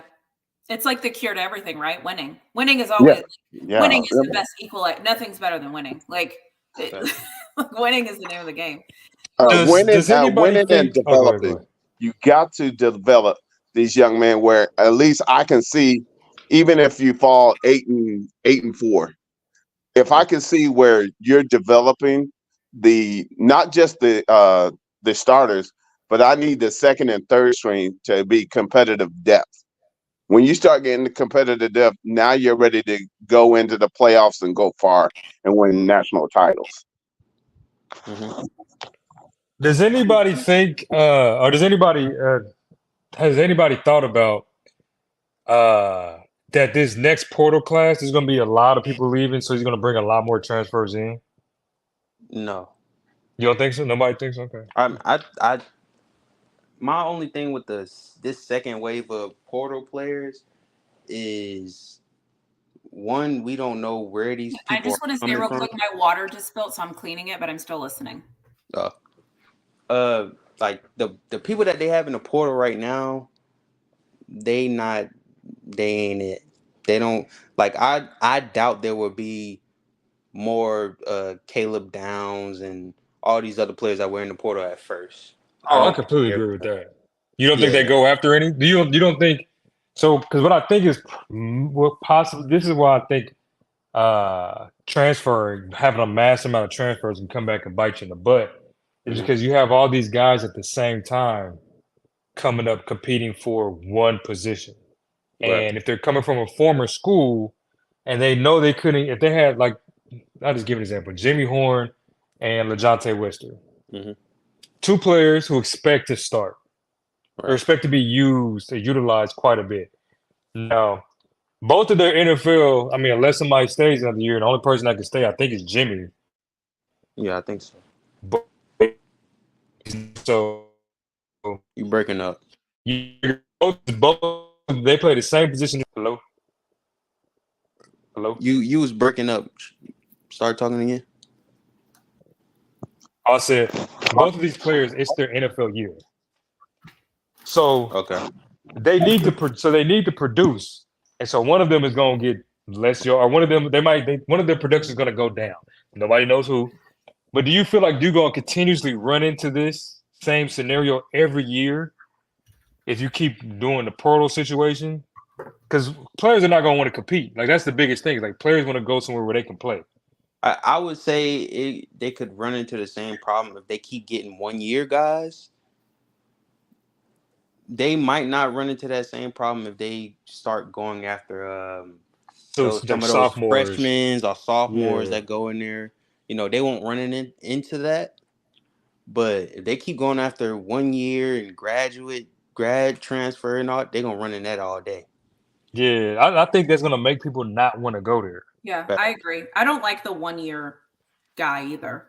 And like, I think it's fine to have them like sprinkled, but it's like, can I get a guy that has like 3 years, 2 years? Like, right. Yeah, but the problem is those are the most talented guys. Because if you're going to get a guy that went to high school for 1 year and they happen to feel like they made a mistake and they're going to transfer, then just recruit high school kids. Well, that's recruit them. Yeah.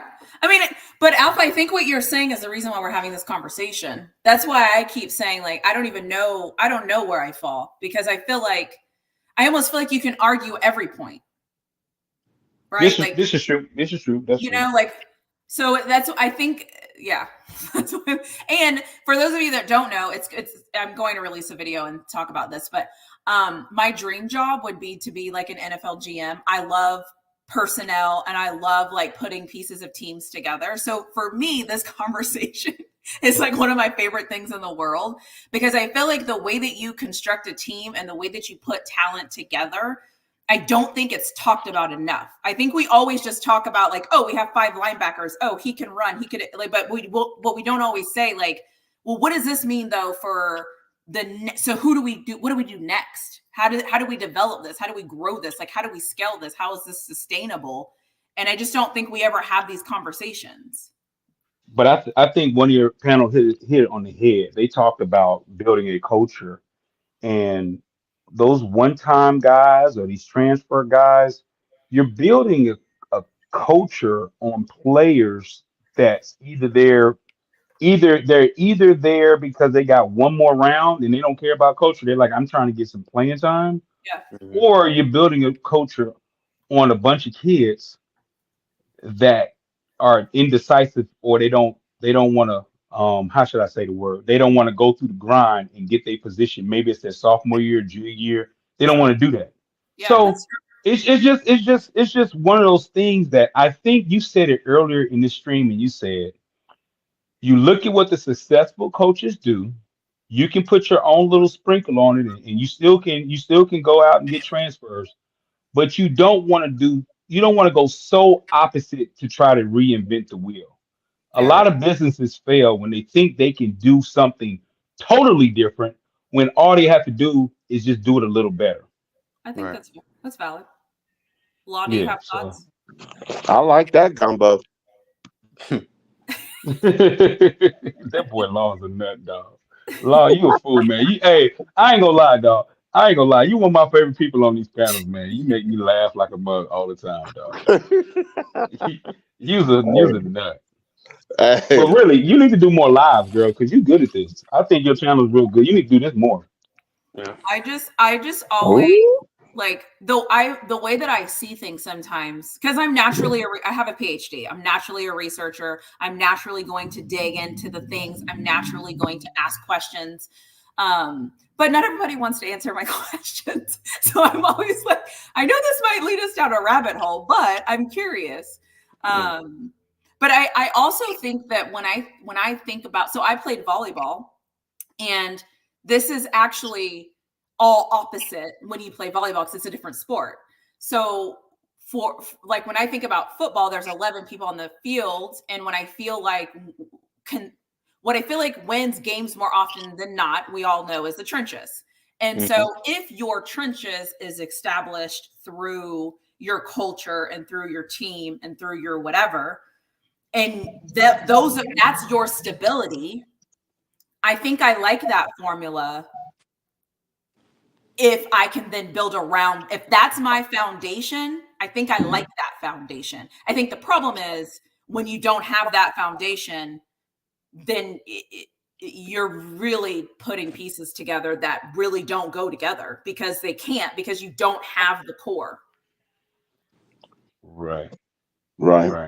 Unless somebody else sees football differently and it's not, well, think about it. Okay, just to share a little bit. Think about Texas. For a while there, they had a decent offensive line. It wasn't until they went to a new level and recruiting that now all of a sudden they saw the importance of making sure that the trenches are first. You can always get those skill guys, but you can't get enough big men. That's true. And big men move other big men. Yep. And understand, we both are going to the SEC, and they all about big men. So no ifs, ands, or buts about it. And then on top of that, I used the Creed 3 where they're in the tire. You got to be willing to stand in that tire and trade with somebody, and you got to have more than one person, because you can't just have your first line of defense. Most of the time throughout a season, you're going to go through people. So you got to have competitive depth. So that's what's very interesting. Y'all know what it is? Yeah. It's that damn fight song. That is the thing that's going to tie it all together, right? Learn the fight song. Why are you doing this? Why are you doing this? Nah, And for they're real, going though. to be Crazy. a part of something that's growing. It's going to be dynamic. They're going to get in there. They're going to know the lyrics. They're going to all be on cue. They're going to be clapping their hands, and all is going to be well. What if they just changed the fight song? What if they made up their own fight song? You have a better chance of them learning and doing that. Yeah. If you like, you can't. Why y'all so against the learning? This is probably the only college in America. I'm not against it. I think they should make a team building activity and actually learn the fight song. I don't know. There's probably no. This is probably the only time I've ever in my life, whether it's at an HBCU or a big college, that the fan base was truly against the school learning the fight song. Well, that is wild to me. But okay, but here's the problem with people, and I'll let you talk after this. Whenever there's this thing in this fan base that if you attack Coach Prime, then whatever you say after that falls by the wayside. And because somebody has attacked Coach Prime with the fight song, therefore the rest of it is invalid. That's how Trumpism moves with Trumpism. I got you. Go ahead, Law. I think people just don't care that much about the fight song because everybody's a transfer. See, that's the problem. Everybody transfer, so that's why you need to learn certain shit and understand the foundation of what you're building. Because it's just, I mean, like I said, I don't even listen to most fans or most people that because they don't understand it because they're not real fans. Because if you're an actual fan and a true fan, you know the fight song. When you go to the stadium and when Georgia plays, it's a credence they say before the game. It's a chant, it's a cheer, it's the at the FSU they doing the come on like. It's just a part of the experience, the culture, you know what I'm saying, the blood. Like it's like Jackson State saying, "Don't let the band play at the game." Like it just don't make sense. It's a part of. So I like to say at the end of the day, I heard y'all talking about Palm leaving. I kind of missed that conversation, but I wanted to say I don't think it makes sense for him just to boat because it's like you got a lot of first time like. Where does that put Sean Livingston? Where does that put Phil Lowe? Where does that put Bucky? Where does that put? I mean, I know he go follow his brothers, but this is his own, like you know what I'm saying, his own thing, and it's just like to go follow your brothers around. I don't think that has the same effect opposed to, you know what I'm saying, the following of a brand or you know whatever a school, a college, like it's so much more than that. And I feel like. How much can you actually show with your brothers playing on the NFL team? Like you're not gonna have access to them going to workouts and at the gym. What you just gonna show them coming home, bro? I just came home for practice. Bucky got like 10 hustles though. Hustles doing Bucky got Bucky got music. He got merch. He can do it all. He got everything. Come on, bro. But all that's based around what though? Being prom son. No, it's not, bro. Because he was prom son before you know nothing about. But I mean, he's one of the kids, so like he gets access to his brothers. But you ain't watch Bucky in college, did you? No, I didn't. Nah. Okay, he put that grind. Come on, man. Yeah, come on, bro. Like, no, I'm talking about because he's his son. He gets that access. What's your favorite Bucky song? Hey, the one. Say, hold on. Listen, Sandy Cheeks. Sandy Cheeks is my shit. No, I like when he comes out like woo woo. Yeah, hey, Sandy Cheeks go hard. I listen to Sandy Cheeks when I'm working out. I like his music, but I'm saying you wasn't a fan before. No, you're right, Law. Yeah. Like you talking about 10 hustles. Well, I agree with you. That's why I think he should stay in Colorado. I personally think they should stay in Colorado until the wheels fall off. I think they should stay, build it. And then once it's time, you know how you can just kind of know like it's time. Then I think they should go. I don't know if we'll do that, but right. I think it's more of that. I mean, at this point, man, Prime, you already don't see everything, bro. Like, well, I mean, what else is there for you to do? Right. So, and at this point, you're just working because, like, you're almost working to build your coaching legacy because that's the one thing you haven't built. That'd be like your last hoorah. I mean, that's the last thing you could conquer before you hang it all up. I mean, at least go out a winner. Right. Yeah, I was just gonna say, I'm gonna throw a little roux in this gumbo. If he in the next 2 years he makes the Natty does that change the outcome? I think And he's your got to thoughts. go. If he makes the national championship, He's gotta go. gone. He's gone. Yeah, he out of there. Okay. Yeah. Okay. Y'all I think see if it. We he, have Y'all to see it. prove at that point. In the next 2 years, We're just law. We're No, just. that is it's a hypothetical. We're, right. Don't like breathe. Yeah. No straight shots. I'm still ducking. We're just throwing things out there.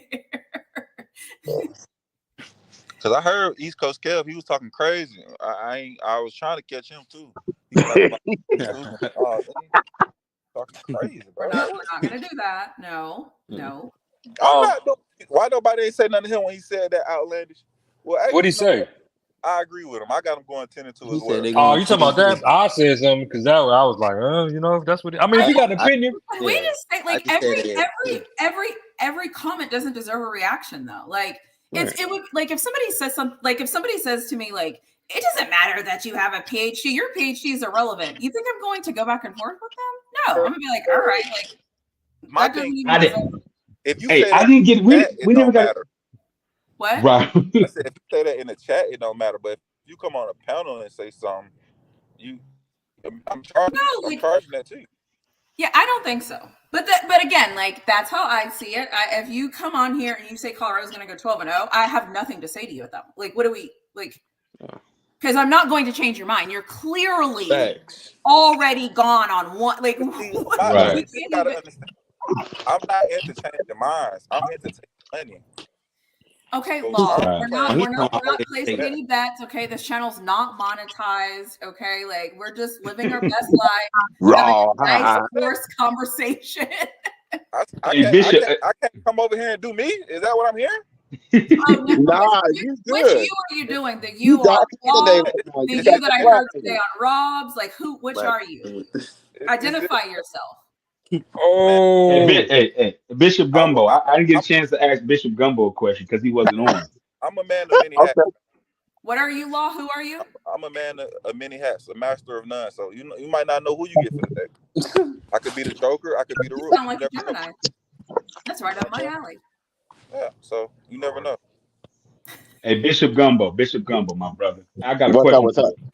Hey. So everybody on the panel gave us the guaranteed wins, not the should wins, the guaranteed wins and the guaranteed losses.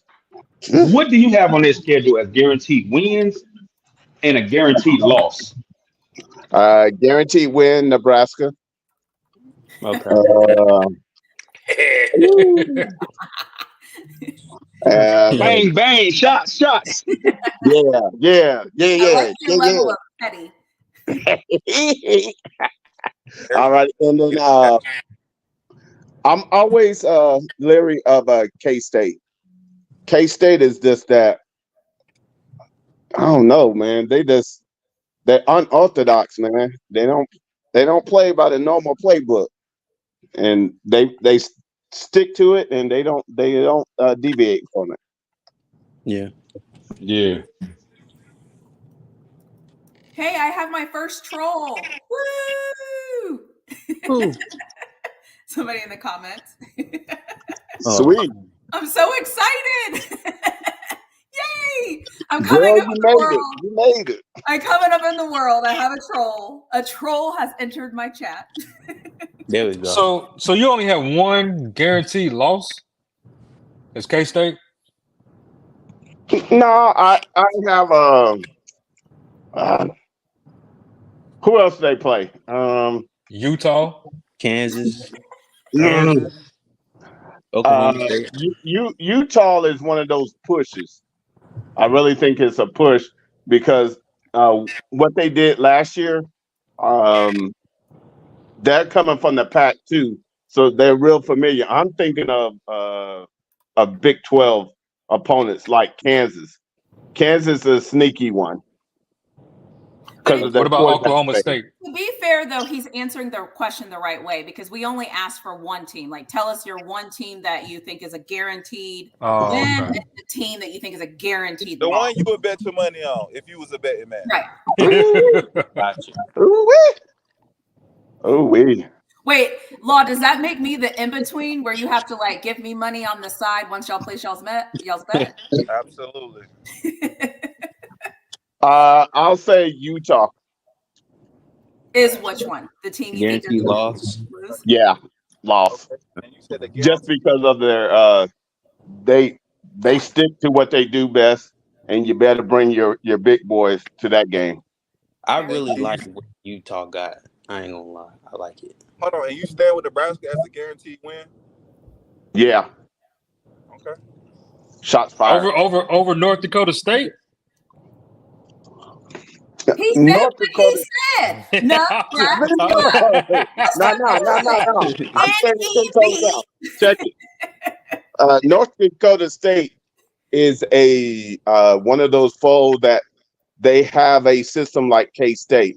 They're really tricky, and you better bring all your people with you. That's the same Because thing they I have said. a foundation. Can I ask a question? And this is not about college football; it's about the NFL. Sure. Who has been your most surprising acquisition so far, and as they've been dealing with free agency? Like, who's been the person or the move that you've been the most like? Wait, did that just happen? Derrick Henry. Derrick Henry to the Ravens. Derrick Henry, that's crazy. That's scary. Does everybody think Derrick Henry? But they kind of talked about that for a long time, so I've been prepared for it. I don't know. I did not see Barkley going to the Eagles. That's right. That was gonna be mine. I didn't see Barkley going to the Eagles. I didn't have. I think. Ooh, yeah, that's you got AJ Brown. You got Jalen Hurts who can run read option, and then you got Barkley in the. Oh my gosh, man! Ooh, it's gonna be hard, man. It's gonna be really hard. He got to stay healthy. What is? Yeah, but he'll stay healthy because he won't have to carry the load. He's not gonna carry the load for them. He doesn't have to. They got to, True. Any shockers for you? I mean, I want to get Kirk Cousins on $180 million. Oh yeah, that was dumb. Yeah, that's stupid. Really? Hell no. Kirk Cousins. The league is full of different kinds of Kirk Cousins, though. Coming off of Achilles, bro. No, he is 35 years old. Oh, I forgot he is that old. There's no way. Absolutely not. I would rather just be young. And they have like the number 9th pick in the draft. Or 8, whatever. Like the way they making moves though, it's like they gearing up to go for the division. So I guess if that's the plan, like hell, we trying to go for the division. Law, go put money on them. They're my sleeper team. Just saying. So, first of all, listen, I've been a Falcons fans. Never again. I'm through with them. Oh, were you one of those that left them after the Super Bowl? Absolutely. Yeah, I ain't gonna lie, that's crazy. I feel like there's a group of Falcons fans that liked them because they either grew up there or they like Michael Vick or whatever the reason being, and they were all in. And then the Super Bowl happened, and they were like, "Hell no, never again." Oh, but hold on. But this is the funny part. I have family members that like them left when the Jamal Anderson Super Bowl happened, came back because of Vic, and then had to leave again because of the next Super Bowl. They're like, they've gone from not wanting to cheer for them to literally hating them. They're like, I hate that team. Yeah, I don't even watch them. I can't tell you the last time I watched the Falcons game. Like, seriously. Dang. Well, if we're being fair, I was never really like a Seahawks fan, but I loved the Legion of Boom. And once, didn't give Beast Mode the ball, I've never cheered for Seattle since. Like, you can't come back from that, Pete Carroll. Like, give the man the ball. Like, what are we doing? Crazy. Right, that was crazy. That's probably one of the worst calls I've ever seen, and for that big of a game, that's probably the worst. I think that call is worse than the Alabama call against Michigan. I think that call was worse. By far. The No thing doubt. is wasn't it in the Super Bowl? Wasn't it 3rd down or 2nd down? Like, didn't they still have another down or two? Yeah, I think so. I think the time was running though. I think they didn't have the any time was running out, but the downs were. But y'all tell me with Lynch, you can't push it in at that time. Who the heck is King Glizzy? I have another troll. Are you getting it? I told you your gumbo is fire, girl. Keep doing your thing. Hey, them lives bring the trolls out. Oh man, just like the milkshake brings all the boys to the yard, them lives Well, brings the trolls out. You know who runs this world anyway. So And then Law Dog, they see Law Dog face. They see Law Dog up here. They say, "Oh, we got the troll. We got to get in here." Don't try to make it about me, man.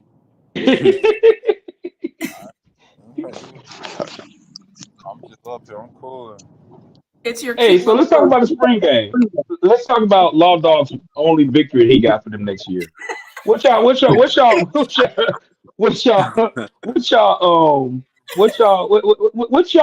for the spring game? Well, What I y'all want to watching know for the what spring Law's game? watching. So this is his main event.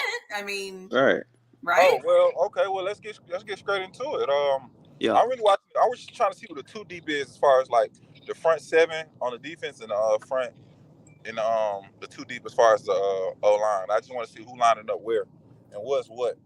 Because I've heard rumblings about this player leaving. He's no longer there. This guy's no longer there. So I want to see what holds true. I'm not one of the hounds that go looking for particular, stuff like that. But people are saying it. They're not necessarily standing by it, but they are putting it out there in the atmosphere. So I'm just trying to see what's what. And then it's the second transfer portal window. Like they swear, like it's free agency for y'all or some shit. And y'all just gonna round them up. But more or less, I'm interested to see what the two deep is more than anything. Like I know you got starters, but I want to see like who they starting with, and then who's the backup. Like where their positions fall at. You know what I'm saying? Who backing up who's competing with who, and then I can make my assumption because by the lineups, if the lineups look weird, then I know what's gonna happen. Right. I want to see defensively what's their base defense because you're gonna get a lot of base stuff. I just want to see what's their base. Right. And just like Law said, like who's lining up where do they picture those people? I also want to see who's talented and who doesn't get time. Meaning, there's going to be somebody talented that's not getting any burn in spring game. True. And that's going to be alarming for that portal. It's gonna be another. I don't know if it's going to be Omarion Miller or Cooper or Stottmeyer or I don't know. And I'm curious to see even Tyler Brown. I want to see where they play him. Is he a center? Is he a guard? If he doesn't play any center, that lets me know that he will never play center. Do they? Can somebody correct me? Do they have a backup center that we've seen? It's a high school kid. It's a high school kid. It's a high school kid. Wells went down that game. White boy. ING. And then my other question would be, based off of any well-off videos, I guess they're not in pads yet. I was just wondering, because last year, didn't they do like 1 versus 2s? Like the one offense was against 2 defense? Or did I make that up? Nah, they didn't have enough players. Remember, they didn't have enough last year. Okay, so this year it should be 1s versus 1s, 2s versus 2s. No, it's supposed to be 1s versus 2s, but what happened last year was they didn't have enough linemen nor cornerbacks. They was basically going both ways. Oh, right, because people started leaving. Okay. Yeah, they left. And then I'm like looking like this is going to sound really ridiculous. I actually want to see what they look like in pads. I can't hear like, you. Somebody is echoing. Can you hear? Okay, can you hear now? Everybody's muted, so no one can tell me if they can hear me. Hello? I can hear you. Yeah, we can hear you. Okay. I want to see like I need to see what they look like in pads. Like I want to see like I think for me, I want it to visually make sense. And I just want to see it. Like I just need to visually see what they look like in pads. Because last year, I remember the first thing I thought as soon as I saw them in that those gray uniforms, I was like, we're in trouble. Like it just didn't look good. It didn't, it just wasn't it. So I'm just interested to see just the look. Like I want to do we look like a Division I football team that's going to come out because last year I was like, what is this? Okay. Am I tripping? Do they look small? Like they just didn't look good to me. So that's why I'm just Like I want to see. I just want to see if they look like a football team in pads. Old school, how you find us over here, old school? I've been over here for a long time. I was over here watching the shows when she had first started. I was one of the first Were 100. you? I Yeah. just saw your thing pop up. I'm sorry, I didn't even see you back there. I get, like I told you before, really flawed. I get that a lot. Oh, I didn't see, but everybody else is popping up. I'm gonna tell you something. But believe me when I say I get that a lot. I'm gonna tell you something. So them people, we'll leave that alone. You know, that's my business. That's my part of it. I can deal with that real good. Believe me. Old school. Get them old school. But back to what I was going to say. Thank you. Well, first of all, and most all praises to the Most High. Thank you for letting me on too. I appreciate You're very that. welcome. Thank you. You know, I'm going to let anyone on here. I just want to say I'm going to let anyone on here as long as they don't overtalk, get disrespectful. Right. Right. And I was just going to say that before you had said that. I know how to conduct myself. Now I know. I watch how I step around there. That's it. I bet, boy. I'm telling you, boy. That's all I need to do. So what are you looking forward to in the spring game, old school? I'm looking forward to wins, and more wins. You know how it is. Wins, like y'all was saying. Okay, yeah. Back to y'all said it before. I'm gonna tell you the main thing, like you said already, young lady. The main thing is to maintain and what Coach Primus all about wins, and that's not going to be very hard to come by. I don't think, in my opinion. Okay. Anything else? No. What are you looking forward to for the spring game? For the spring game, because that's Law's only win. So what are you looking for? No, I said that's the guaranteed game. Oh, sorry, the guaranteed win. Yeah, there you go. Yeah. I probably would say looking forward to the O-line and D-line in the secondary. Yeah. So no one's looking forward to the fashion show? No. What kind of panel is this? And then one thing I'm catching on what you asked me. And another thing I'm looking forward to, who's going to run and jump ship. Boy, I'm telling you, I got a couple of them crossed out already. Yeah. But that's all good, though, because that's going to make room for the other ones. That's what I'm looking for. That's what we all should be looking for. Yeah, old school. I like that. I got a couple of them jumping ship, too. Yeah, I'm only interested in one. Don't, Law, we're not going to do this. What? Y'all think it's going to be another Montana Craig? Yeah, I do. Yes, Law thinks there's going to be one. Go ahead.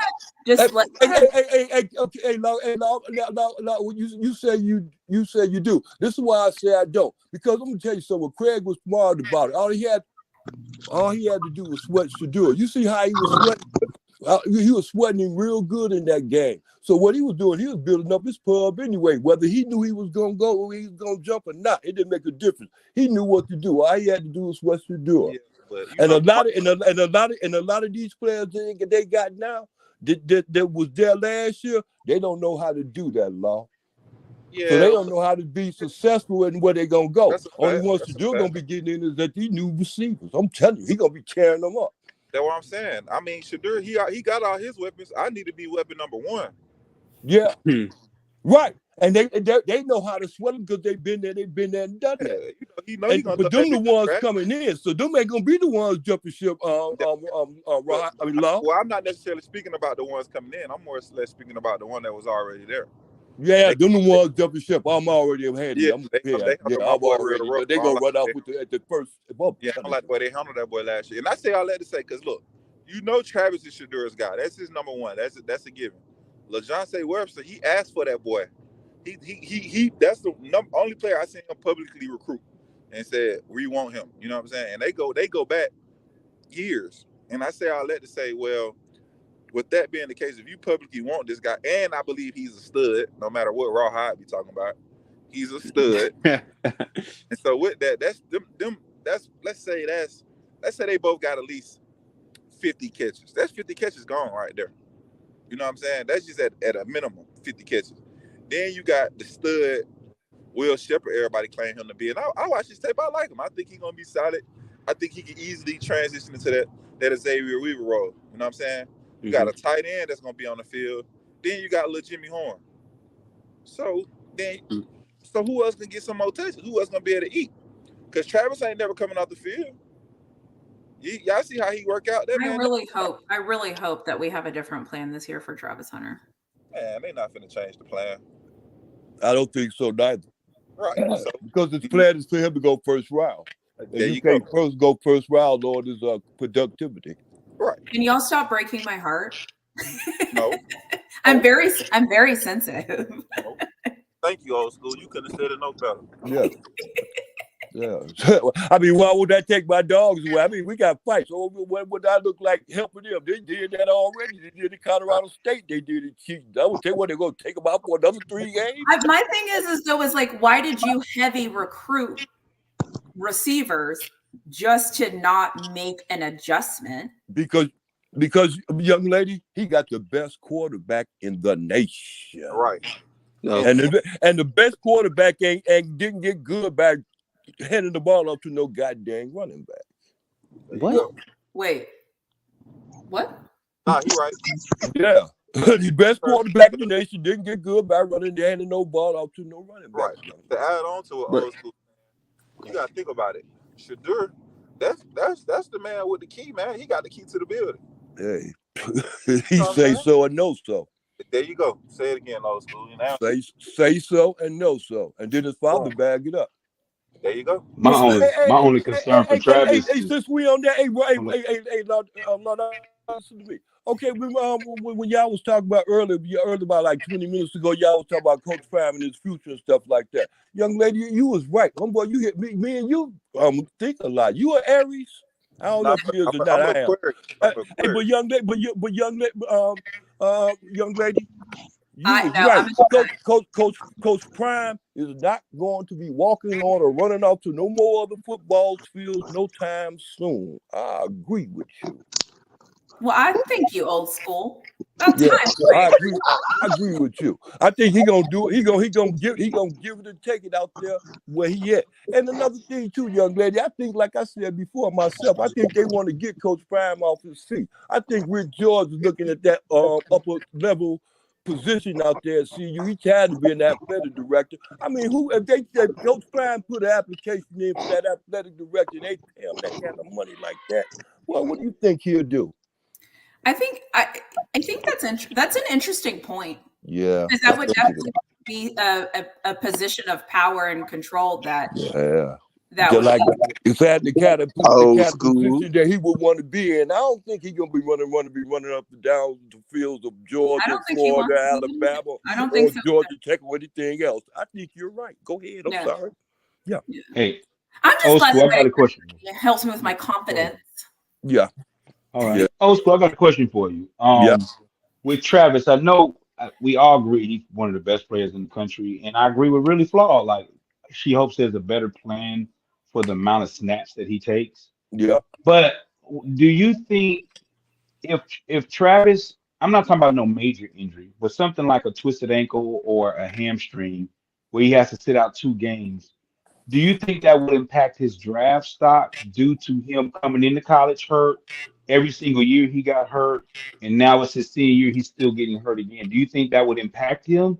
Or you think teams will look at that as like, man, you get hurt all the time. I can't spend no money on you. Yeah, I think it'll impact him because I see how the NFL does. The NFL want to get you cheap anyway. And, if it's just something like that, it's something like he ain't injury prone, you understand me? It's just part of the game. So they ain't going to look at it like injury prone, but they'll try to, try to lower rate him so they can get him on, drop his level. All they do is try to drop his level, just like with me and you. You understand me? They see a whole lot of things in me, but then they heard when I'm doing something outrageous on the outside, and then, whoa, they're going to value him. They're going to drop him down, but we ain't going to drop him down too far that we can't reach and get him. Exactly. Yeah, and that's like what Really Flawed. I kind of knew where she was going. She was like, just for the young man's, he going to get enough snaps to make plays, but we got, just like they recruited DBs and wide receivers.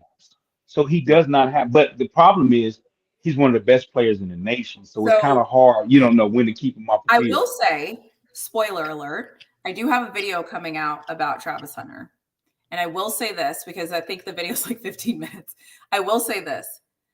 My concern with him is that The reason why the running back position is devalued in the NFL is because they think that they play too many snaps and they have too many hits and they have too much tread on them. If that's the case, are we doing Travis Hunter any favors by overplaying him in college? Not really, because he don't play. He's not real physical at corner. Yeah, he not. Coming out making no tackles. But my point is the more we play him, the more risk of him getting hurt, the more risk of impacting that would be his only knock, but I would think he's not gonna really play both sides of the ball in the NFL. No, I know that. What I'm saying though is, are we doing him a disservice now by being just because you can do something doesn't mean you should, is my point. But he's built different. I'm playing both ways. Period. Go ahead. Well, I think I'm not saying do you want to play both ways. What I'm saying is if we take away what our want and desires are and actually look at this as a body of work and look at this as a human being, is that in his best interest? Yes, of course it is. Is Travis going to get picked number 1 because he can play both ways, or is he going to get picked number 1 because he's a phenomenal athlete? See, I mean, that's the athlete.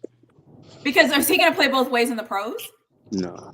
Can I say?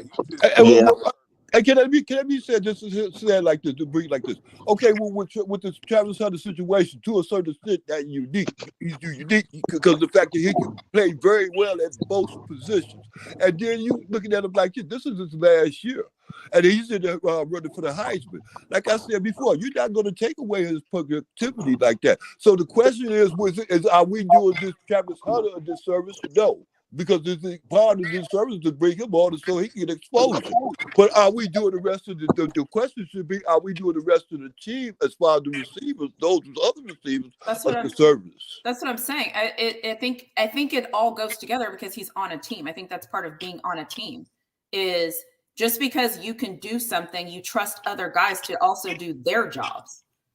But when you are doing their jobs, even though they can do the jobs, is that being helpful to them? And then it goes back to my point. This isn't a knock on Travis Hunter by any stretch of the imagination. My thing is this. If he doesn't play both sides of the ball this year, is he still going to be a top pick in the draft? I think the answer to that question is yes. I also think, is he going to play both ways in the NFL consistently? My answer to that question is no. So if my answer to that one question is yes, and the answer to the other question is no, what is he giving us this year going both ways all the time that is going to change anything about his future narrative? He's giving you the player that nobody got. And not only just that, he also give you productivity. He give you these advances on the field. The more he stays in, the better off we will be as a team. There you go. But we say that, and then Stanford happens. Oh yeah, we say that, and then that's a product of them not being smart. A player don't miss 3 games and you come back and run them 100 snaps. Like that don't even make sense.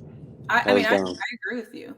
Right. So but then they was in the position they to a certain extent they had to. No, they didn't. They didn't. Why not? They didn't. That's my point. They didn't have to. They chose to. So this year, now that we have different choices, right? Are we going to make the same choice? Yeah, you still going to play him the same. I mean, why wouldn't you? Even if he's exhausted and getting burnt back and forth, and we know he needs to breathe. Yeah. He's a different breed. He wouldn't let them pull him off. There you go. That's not how this is supposed to work. But you Duh. Don't start thinking now. Don't mess with my rule. It's made get off the field. You're not helping us. Don't start thinking logically about it now. Nah, keep staying with it.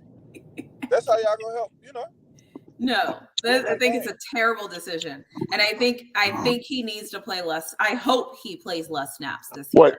Just think about it. The truth of the matter is, they probably went after so many recruits to see if they can do 60-40 with him. And that way they can keep him fresh when it gets into the fourth quarter. That'll be ideal. But understand, they're not going to slack off for quality. If the people are not bringing it like he bring it, then you already know the answer. Well, but that's my whole thing. Is I think we went out and got. I think we think that we went out and got guys that can produce and can be amazing. And if we did, what are we doing?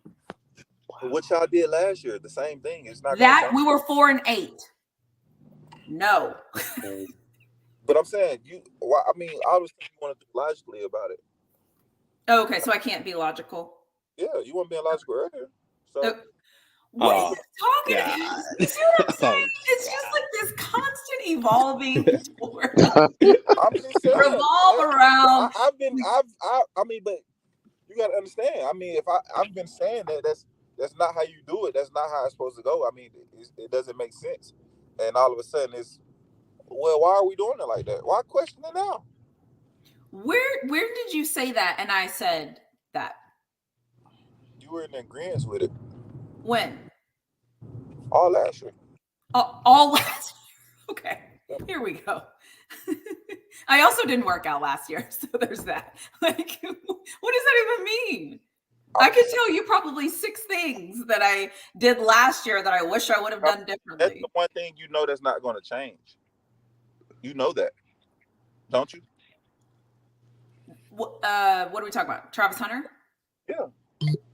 It's not going to be a disservice to him because you know he's going to play both ways. That's a given.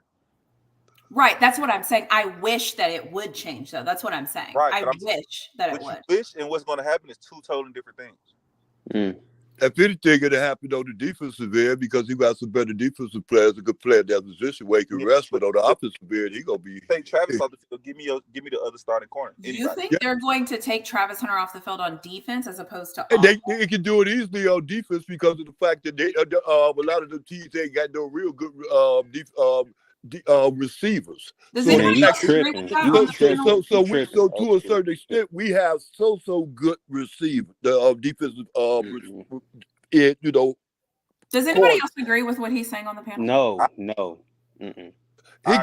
Well, my point is this: he can rest on defense. They can rest him more on defense than they can on offense.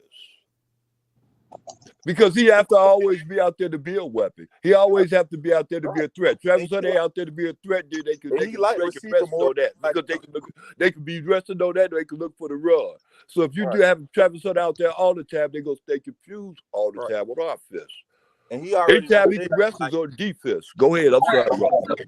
All right, so we're going 4-8. Okay, cool. Go ahead, Laudo. If they're going 4-8, thank you. Now give me the 4 wins, really. I